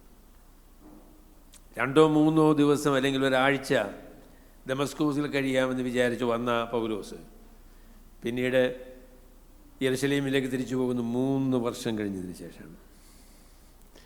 അതിനിടയിൽ ഒരുപാട് പ്രവർത്തനങ്ങൾ ചെയ്യാനായിട്ട് ദൈവം അദ്ദേഹത്തെ ബലപ്പെടുത്തി. അനേക ജീവിതങ്ങളെ സ്വാധീനിക്കുവാൻ, സുവിശേഷത്തിന് സാക്ഷ്യം വഹിക്കുവാൻ. അതിനെക്കുറിച്ച് ലൂക്കോസ് പറയുന്ന കാര്യം, കേട്ടവർ എല്ലാവരും വിസ്മയിച്ചു. ശൗലോ മേൽക്കുമേൽ ശക്തി പ്രാപിച്ചു, യേശു തന്നെ ക്രിസ്തു എന്ന് തെളിയിച്ച് ദമസ്കോസിൽ പാർക്കുന്ന യഹൂദന്മാരെ മിണ്ടാതാക്കി. ദമസ്കോസിൽ പാർക്കുന്ന യഹൂദന്മാർക്ക് മറുപടി പറയുവാൻ കഴിയാതെ വേണം. ഇങ്ങനെയൊരു സംഭവം നമ്മൾ നേരത്തെ വായിച്ചായിരുന്നു. അതിൽ അപ്പോസ്തലപ്രവൃത്തി 6-ാമത്തെ അധ്യായത്തിലല്ലേ, സ്തേഫാനോസ് എന്ന് പറയുന്നൊരു മനുഷ്യൻ, അവൻ്റെ ജ്ഞാനത്തോടും അവൻ്റെ ആത്മാവോടും അവൻ്റെ ജ്ഞാനത്തോടും എതിർത്ത് നിൽക്കുവാനായിട്ട് അവർക്ക് ആർക്കും കഴിഞ്ഞില്ല. ആ ഒരു ഓർമ്മയൊക്കെ പൗലോസിൻ്റെ ജീവിതത്തിലുണ്ട്. സ്തേഫാനോസ് മരിച്ചുവെങ്കിലും മരിച്ചതിന് ശേഷവും സംസാരിച്ചു കൊണ്ടിരിക്കുന്നു. അതിനൊരു പുതിയ ഒരു മുഖമായി അപ്പോസ്തലനായ പൗലോസ് സ്തേഫാനോസിനേക്കാളും ഇരട്ടി ശക്തിയിൽ പ്രവർത്തിക്കാനായിട്ട് ദൈവം അദ്ദേഹത്തെ വേർതിരിച്ചു എന്നാണ് ഈ ഭാഗത്ത് നമുക്ക് മനസ്സിലാക്കാനായിട്ട് സാധിക്കുന്നത്. യേശു തന്നെ ക്രിസ്തു. അപ്പം 2 കാര്യമാണ് അദ്ദേഹം പറഞ്ഞത്. അത് ഒന്നാമത് അദ്ദേഹം പറഞ്ഞത് യേശു ദൈവപുത്രനാണ് എന്ന് പറഞ്ഞു. ഈ ആദ്യമായിട്ട് ആ വാക്ക് അപ്പോസ്തലപ്രവൃത്തിയിൽ ഉപയോഗിക്കുന്ന ഇവിടെയാണ് കേട്ടോ. മനുഷ്യപുത്രൻ എന്നുള്ളതായിരിക്കുന്ന വാക്ക് ഉപയോഗിച്ചിട്ടുണ്ട്. ദൈവപുത്രൻ എന്നുള്ളതായിരിക്കുന്ന വാക്ക് ആദ്യമായിട്ട് ഉപയോഗിക്കുന്ന അപ്പോസ്തലനായ പൗലോസാണ് ഇവിടെ. ദൈവപുത്രൻ എന്ന് പറഞ്ഞു. ദൈവപുത്രൻ എന്ന് പറഞ്ഞപ്പോൾ പഴയ നിയമം നിങ്ങൾ വായിച്ചു നോക്കിയാൽ ദൈവപുത്രൻ എന്നുള്ളതായിരിക്കുന്ന ആശയം 2-ാം സങ്കീർത്തനത്തിൽ ഇവൻ്റെ പുത്രൻ ഇന്ന് ഞാൻ ഇവനെ ജനിപ്പിച്ചിരിക്കുന്നു അല്ലേ എന്ന് പറയുന്നതായിരിക്കുന്ന പ്രസ്താവന. അതുകൊണ്ട് നീ എന്നോട് ചോദിച്ചു കൊള്ളുക, ഞാൻ നിനക്ക് ജാതികളെ അവകാശമായും ഭൂമിയുടെ അറ്റങ്ങളെ കൈവശമായും തരും എന്നൊക്കെ പറയുന്ന പ്രസ്താവന നമുക്കറിയാം. അപ്പം ദൈവത്തിൻ്റെ പുത്രൻ എന്ന് പറയുന്നത് ദൈവവുമായി പ്രത്യേകമായ നിലയിൽ ബന്ധമുള്ള, ദൈവം ലോകത്തിന് ഭരണമേൽപ്പിച്ചിരിക്കുന്ന, ദൈവത്തിൻ്റെ അഭിഷക്തനായിരിക്കുന്ന വ്യക്തിയാണ്. എന്നാൽ കർത്താവായ യേശു ക്രിസ്തുവിനെ കുറിച്ച് പറയുമ്പോൾ പഴയ നിയമത്തിൽ ദൈവപുത്രൻ എന്ന് പറഞ്ഞതിനേക്കാളും ഗൗരവമായിട്ടാണ് പറഞ്ഞിരിക്കുന്നത്. പുതിയ നിയമത്തിൽ കർത്താവായ യേശു ക്രിസ്തു ദൈവപുത്രൻ മാത്രമല്ല കേട്ടോ, ദൈവത്തിൻ്റെ ഏകജാതനായ പുത്രനാണ്. He is the prototokos and monogenes. ഏകജാതനായ പുത്രനാണ്. പിതാവായ ദൈവവുമായി കർത്താവായ യേശു ക്രിസ്തുവിനുള്ളതായിരിക്കുന്ന ബന്ധം മറ്റാർക്കുമില്ല. പിതാവായ ദൈവവുമായി കർത്താവായ യേശു ക്രിസ്തുവിനുള്ളതായിരിക്കുന്ന ബന്ധം മറ്റാർക്കുമില്ല. ആ ബന്ധത്തിന് നിസ്തുലതയിൽ പിതാവും പുത്രനും ഒരുപോലെ തന്നെയാണ് എന്ന ആശയം അപ്പോസ്തലനായ പൗലോസാണ് ഏറ്റവും ശക്തമായിട്ട് പറഞ്ഞത്. കൊലോസ്യ ലേഖനമൊക്കെ വായിക്കുമ്പോൾ നിങ്ങൾക്ക് അത് മനസ്സിലാകും. ദൈവം മനുഷ്യനായി തീർന്ന, അതാണ് ത്രിയേക ദൈവത്തെക്കുറിച്ചുള്ളതായിരിക്കുന്ന ഈ ആശയം. അതാണ് പിതാവ് പുത്ര പരിശുദ്ധാത്മാവാകുന്ന ത്രിയേക ദൈവം. അതിൽ 2-ാമത്തെ വ്യക്തിയായിരിക്കുന്ന ദൈവപുത്രനായ കർത്താവായ യേശു ക്രിസ്തു എന്നുള്ള ആശയം, അതിൻ്റെ പൂർണ്ണ രൂപമൊക്കെ ഈ അവസരത്തിൽ അദ്ദേഹം വെളിപ്പെടുത്തിയോ നമുക്ക് അറിയത്തില്ല. എങ്കിലും അത് വളരെ പ്രധാനപ്പെട്ട ആശയമാണ്, ദൈവപുത്രൻ എന്ന കാര്യം. പിന്നെ പറഞ്ഞു അവൻ തന്നെ ക്രിസ്തു, ദ ക്രൈസ്റ്റ്. അപ്പം ഒരു ഡെഫിനിറ്റ് ആർട്ടിക്കിളുണ്ട്. അപ്പം കർത്താവായ യേശു ക്രിസ്തു മെശിഹയാണ്. മശിഹയെക്കുറിച്ച് നമുക്കറിയാമല്ലോ. മശിഹ എന്ന് പറയുന്നത് ദൈവം ഈ ഭൂമിയിൽ ചെയ്യാൻ ആഗ്രഹിക്കുന്ന എല്ലാ കാര്യങ്ങളും നിവർത്തിക്കുവാനുള്ള മുഖാന്തരമായി ദൈവം വേർതിരിച്ച വ്യക്തിയാണ് മശിഹ എന്ന് പറയുന്ന വ്യക്തി. ആ മശിഹ പാപപരിഹാരത്തിന് ദൈവം നമുക്ക് വേണ്ടി അയച്ചു തന്ന ദൈവത്തിൻ്റെ പ്രതിപുരുഷനായിരിക്കുന്ന കർത്താവായ യേശു ക്രിസ്തു. ആ നിലയിലാണ് പൗലോസ് യേശു ക്രിസ്തുവിനെ പരിചയപ്പെടുത്തത്. അവിടെ കഴിഞ്ഞ ആഴ്ചയിൽ പറഞ്ഞ പോലെ പൗലോസിന് പഴയ നിയമം നന്നായിട്ട് അറിയാവുന്ന ആളാണ്. പഴയ നിയമത്തിലുള്ളതായിരിക്കുന്ന പ്രവചനങ്ങളും ഇതെല്ലാം വളരെ വ്യക്തമായി പഠിച്ചിട്ടുള്ള ഒരാളാണ് പൗലോസ്. അപ്പോൾ യേശു ക്രിസ്തു മശിഹയാണ് എന്ന് മനസ്സിലാക്കിയപ്പോൾ ആ മശിഹയെക്കുറിച്ച് പറഞ്ഞിരിക്കുന്ന എല്ലാ പ്രവചനങ്ങളും മശിഹയ്ക്ക് വേണ്ടി പറഞ്ഞ കാര്യങ്ങളും യേശു ക്രിസ്തുവിൽ നിവർത്തിച്ചിരിക്കുന്നു എന്നുള്ളത് കാണാനായിട്ട് മനസ്സിലാക്കുവാനായിട്ട് അപ്പോസ്തലനായ പൗലോസിന് സാധിച്ചു. ആ തെളിവുകൾ അതിനെക്കുറിച്ച് പറയുന്നത് യേശു എന്ന് തെളിയിച്ചു എന്ന് പറയുന്നൊരു വാക്കണല്ലേ. അതെ, യേശു തന്നെ ക്രിസ്തു എന്ന് തെളിയിച്ച് ദമസ്കോസിൽ പാർക്കുന്ന യഹൂദന്മാരെ മിണ്ടാതാക്കി. തെളിയിച്ചു എന്ന് പറയുന്ന വാക്ക് രസകരമായിരിക്കുന്നൊരു വാക്കാണ്. എന്ന് പറഞ്ഞാൽ he gathered all the information from the old testament. പഴയ നിയമത്തിലെ ആശയങ്ങളെല്ലാം കൂടെ പുട്ട് ടുഗെദർ എന്നാണ് അതിൻ്റെ ഒരു അക്ഷരീകമായ പരിഭാഷ. ഏതാണ്? He put together all the information of the Old Testament with regard to the Messiah and said that ഇത് യഥാർത്ഥത്തിൽ കർത്താവായ യേശു ക്രിസ്തുവിൽ നിവൃത്തിയായിരിക്കുന്നു എന്നുള്ള കാര്യം പൗലോസ് കാണിച്ചു കൊടുത്തു. അപ്പോൾ യഹൂദന്മാരായിരിക്കുന്ന ഈ ആളുകൾക്ക് മറുപടി പറയുവാൻ കഴിയാതെ ഒന്നും അവരെ മിണ്ടാതാക്കി എന്നാണ് പറഞ്ഞിരിക്കുന്നത്. അപ്പോൾ അതിനെക്കുറിച്ച് ഒരു പ്രസംഗം ചോദിച്ചൊരു ചോദ്യം ഞാൻ നിങ്ങളോട് ചോദിക്കാം. അത് പറഞ്ഞ് ഞാൻ അവസാനിപ്പിക്കാം. ബാക്കിയുള്ള ഭാഗം ഞാൻ അടുത്ത ആഴ്ചയിൽ നിങ്ങളോട് പറഞ്ഞോളാം. അപ്പോൾ അദ്ദേഹം ചോദിച്ചു, ഒരു യഹൂദനോട് യേശു ക്രിസ്തു ദൈവമാണെന്ന് തെളിയിക്കാനുള്ള പരിജ്ഞാനം നിങ്ങൾക്കുണ്ടോ? ഒരു യഹൂദന് നിൽക്കുകയാണ് യഥാർത്ഥത്തിൽ യേശു ക്രിസ്തു എന്ന് പറയുന്നത് മശിഹയാണ് എന്ന് പഴയ നിയമത്തിൽ, പുതിയ നിയമം ഉപയോഗിക്കാനൊക്കത്തില്ല. കാര്യം എന്താ? പുതിയ നിയമം യഹൂദൻ വിശ്വസിക്കത്തില്ല. അതുകൊണ്ട് പഴയ നിയമത്തിൽ യേശുക്രിസ്തു ദൈവമാണ്, യേശുക്രിസ്തു യഥാർത്ഥത്തിൽ മശിഹയാണ്, യേശുക്രിസ്തുവിൽ പഴയ നിയമത്തിലെ പ്രവചനങ്ങൾ നിവൃത്തിയായിരിക്കുന്നു എന്ന് കാണിക്കത്തക്കവണ്ണം അത് പറയാനുള്ളതായിരിക്കുന്ന ഈ അറിവ് പഴയ നിയമത്തെ സംബന്ധിച്ച് നമുക്കുണ്ടോ? ഇല്ലെങ്കിൽ നമ്മളത് പ്രാപിക്കണം. യെശയ്യാ പ്രവചനം 53-ാമത്തെ അധ്യായം, സങ്കീർത്തനങ്ങൾ 22, പിന്നീട് സക്കരിയാവിൻ്റെ പ്രവചനം 12-ാമത്തെ അധ്യായം, 10 മുതൽ 12 വരെയുള്ള അധ്യായം, ഇങ്ങനെ ഒരുപാട് പ്രവചനങ്ങൾ. എത്ര പ്രവചനങ്ങളാണ്? സംഖ്യയൊന്നും എനിക്ക് പറയാനായിട്ട് കൃത്യമായിട്ട് അറിയത്തില്ല. എങ്കിലും 100 കണക്കിന് പ്രവചനങ്ങൾ പഴയ നിയമത്തിന് മശിഹയെ സംബന്ധിച്ചുണ്ട്. ആ പ്രവചനങ്ങൾ നമ്മൾ പരിശോധിച്ച് നോക്കിയാൽ യേശുക്രിസ്തുവിൽ അതെല്ലാം നിവൃത്തിയായിരിക്കുന്നു എന്ന് കാണാൻ സാധിക്കും. ഒരു യഹൂദനും പഴയ നിയമം വിശ്വസിക്കുന്നയാളാണ് എങ്കിൽ ഈ തെളിവുകളെ തടയാൻ പറ്റുകയില്ല. അതുകൊണ്ടാണ് പറഞ്ഞത് മിണ്ടാതാക്കി എന്ന് പറയുന്നത്. They have no defense against Apostle Paul. അത് പിന്നെ എന്താ അതിനുള്ള മറുപടി? എന്തുവാ? പറയുന്ന ആളിനെ കൊല്ലുക. അതാണ് അതിൻ്റെ പരിപാടി. മുസ്ലിം സ്നേഹിതന്മാർ അവർ ചെയ്യുന്നൊരു കാര്യമുണ്ട്. അവരോട് എന്തെങ്കിലും ചോദിച്ച് അവർക്ക് മറുപടി ഇല്ലെങ്കിൽ അവർ നമ്മളെ തല്ലും. അതാണ് അതിൻ്റെ മറുപടി. അപ്പോൾ നമ്മുടെ തിരുവട്ടാർ കൃഷ്ണൻകുട്ടി സഹോദരൻ പറയുന്നൊരു വാക്കുണ്ടായിരുന്നു, ആശയങ്ങളെ ആശയം കൊണ്ടാണ് എതിർക്കേണ്ടതെന്ന്. പക്ഷേങ്കിൽ ആശയങ്ങളെ എതിർക്കാനായിട്ട് ആശയങ്ങളില്ലെങ്കിൽ പിന്നെ തല്ലുക എന്നുള്ളതാണ് അതിനുള്ള വേറൊരു മറുപടി. അല്ലെങ്കിൽ പറയാം ഇസ്ലാമാഫോബിയ എന്ന് വിളിക്കാം, അല്ലേ? അങ്ങനൊന്നും പറയാൻ പാടില്ല. അയ്യോ, അങ്ങനല്ലല്ലോ.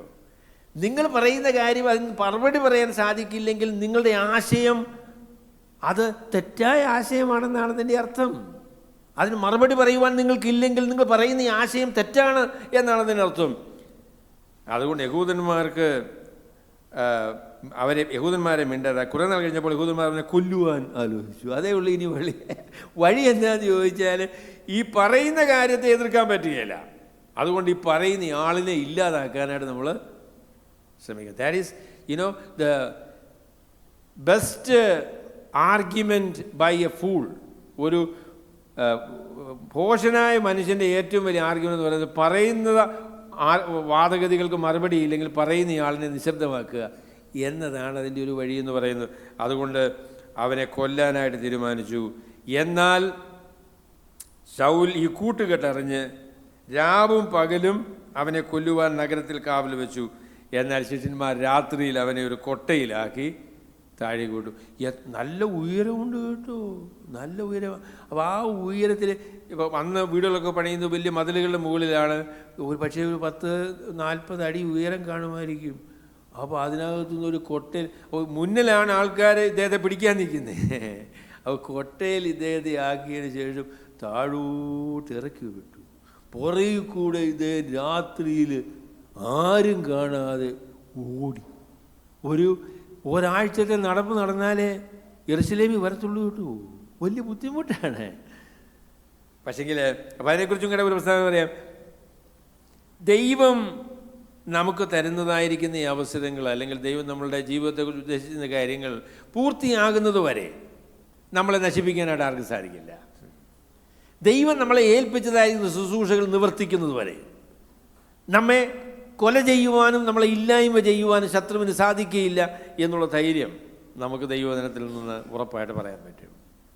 ഇപ്പോഴും പൗലോസിനെ കൊല്ലാൻ പറ്റില്ല കേട്ടോ. കാര്യം ചോദിച്ചാൽ അദ്ദേഹത്തെ ഏൽപ്പിച്ച ശുശ്രൂഷ അദ്ദേഹം തികച്ചിട്ടില്ല. അതുകൊണ്ട് അദ്ദേഹം അമർത്യനാണ്. ആ ഒരു സ്ഥിതിയിൽ അദ്ദേഹത്തെക്കുറിച്ച് പറയുമ്പോൾ അദ്ദേഹം അവിടെ നിന്ന് രക്ഷപ്പെട്ടു. അങ്ങനെയാണ് യെരുശലേമിലേക്ക് അദ്ദേഹം വരുന്നത്. അപ്പോൾ ഇതൊരു 3 വർഷത്തെ പ്രവർത്തനത്തിൻ്റെ അവസാനത്തിൽ സംഭവിച്ചതായിരിക്കുന്ന കാര്യമാണ്. ധാരാളം ആളുകൾ സുവിശേഷം കേൾക്കുവാൻ, ഒരുപക്ഷെ പല പല സഭകൾ ആരംഭിക്കുവാൻ, പല നിലകളിൽ പ്രവർത്തിക്കുവാനുള്ളതായിരിക്കുന്ന ഈ അവസരം പൗലോസിനുണ്ടായി. അതിന് വിശദാംശങ്ങളൊന്നും രേഖപ്പെടുത്തുവാനായിട്ട് ലൂക്കോസ് മനസ്സ് വെച്ചില്ല. അപ്പോൾ അതുകൊണ്ട് വളരെ പരിമിതമായ ഒരു വിശദീകരണമാണ് ഈ ഭാഗത്ത് നമുക്ക് കാണാനായിട്ട് സാധിക്കുന്നത്. അപ്പോൾ അതുകൊണ്ട് സഹോദരിമാരെ ഞാൻ ഈ വാക്ക് പറഞ്ഞ് അവസാനിപ്പിക്കട്ടെ. ദൈവം നമ്മളെ തനിയെ ആയിരിക്കുവാൻ ആഗ്രഹിക്കുന്നില്ല. നമുക്ക് ദൈവമക്കളുടെ, ദൈവസഭയുടെ കൂട്ടായ്മ നമുക്ക് അനിവാര്യമായ കാര്യമാണ്. ദൈവവേലയിലും ക്രിസ്തീയ ജീവിതത്തിലും പരസ്പരം കൈത്താങ്ങൽ കൊടുക്കുവാൻ, കൂട്ടായ്മ ആചരിക്കുവാനുള്ള കടപ്പാട് നമുക്കുണ്ട്. രണ്ടാമത്, നമ്മൾ വിശ്വസിച്ചതായിരിക്കുന്ന കാര്യങ്ങൾ, സത്യമായ കാര്യങ്ങൾ വിശ്വസിക്കുവാനും പ്രഘോഷിക്കുവാനും ഉള്ളതായിരിക്കുന്ന കടപ്പാട് നമുക്കുണ്ട്. നമ്മളെ ഏൽപ്പിച്ച ദൗത്യം നിർവഹിക്കുന്നതുവരെ നമ്മൾ സുരക്ഷിതരാണ്. അല്ലെങ്കിൽ നമ്മളെ കൊല്ലാനായിട്ട് നമ്മളെ പ്രതിയോഗികൾക്ക് കഴിയുകയില്ല. നമ്മൾ ഞാൻ ചത്തുപോകും, എൻ്റെ കാര്യം തീർന്നു, അങ്ങനെ തീർന്നിട്ടില്ലെന്നേ. ദൈവം നമ്മളെ ഏൽപ്പിച്ച ദൗത്യം നിർവഹിക്കുന്നത് വരെ നമ്മളെ നിലനിർത്തുവാൻ, ദൈവം ഈ ലോകത്തിൽ നിലനിർത്തുവാൻ തന്നെ തീരുമാനിച്ചിരിക്കുകയാണ്. അതിൽ നമുക്ക് ധൈര്യപ്പെടുവാനായിട്ട് സാധിക്കും. സർവശക്തനായ ദൈവം നമ്മളെല്ലാവരെയും അനുഗ്രഹിക്കുമാറാകട്ടെ. ഞങ്ങളുടെ സ്നേഹമുള്ള വാഴ്ത്തപ്പെട്ട പിതാവേ, അവിടുന്ന് ഞങ്ങളുടെ ജീവിതങ്ങളെ സ്പർശിക്കുകയും അതിനെ വ്യതിയാനപ്പെടുത്തുകയും അവിടുത്തെ വചനം ഞങ്ങൾക്ക് നൽകുകയും ചെയ്യുന്നത് കൊണ്ട് ഞങ്ങൾ നന്ദിയോടെ അങ്ങേക്ക് സ്തോത്രങ്ങൾ അർപ്പിക്കുന്നു. കർത്താവേ, സുവിശേഷം വിശ്വസിക്കുന്നതും അതിന് സാക്ഷ്യം വഹിക്കുന്നതും എത്രയോ അത്ഭുതകരമായ കാര്യമാണ്. അത് ഞങ്ങളെ ഉത്സാഹിപ്പിക്കുവാൻ, ഞങ്ങളോട് ചേർന്ന് നിൽക്കുവാൻ ദൈവം ഞങ്ങളുടെ ജീവിതത്തിൽ തന്ന എല്ലാ സഹോദരി സമൂഹത്തിനായിട്ട് ഞങ്ങൾ നന്ദിയോടുകൂടെ അങ്ങേക്ക് സ്തോത്രങ്ങൾ അർപ്പിക്കുന്നു. കർത്താവെ, ഞങ്ങൾ വിശ്വസിക്കുന്ന കാര്യങ്ങൾ ധൈര്യമായി പറയുവാൻ, അതിനെ പ്രഘോഷിക്കുവാനുള്ള ധൈര്യം ഞങ്ങൾക്ക് തരണം എന്ന് ഞങ്ങൾ അങ്ങയോട് പ്രാർത്ഥിക്കുന്നു. ഞങ്ങളെല്ലാവരെയും അവിടുന്ന് അനുഗ്രഹിക്കണമേ. ഞങ്ങളുടെ ജീവിതങ്ങളെ സുവിശേഷത്തിനനുസൃതമായി അവിടുന്ന് രൂപാന്തരപ്പെടുത്തണമേ എന്ന് ഞങ്ങൾ പ്രാർത്ഥിക്കുന്നു. കർത്താവായ യേശു ക്രിസ്തുവിൻ്റെ വിലയേറിയ നാമത്തിൽ.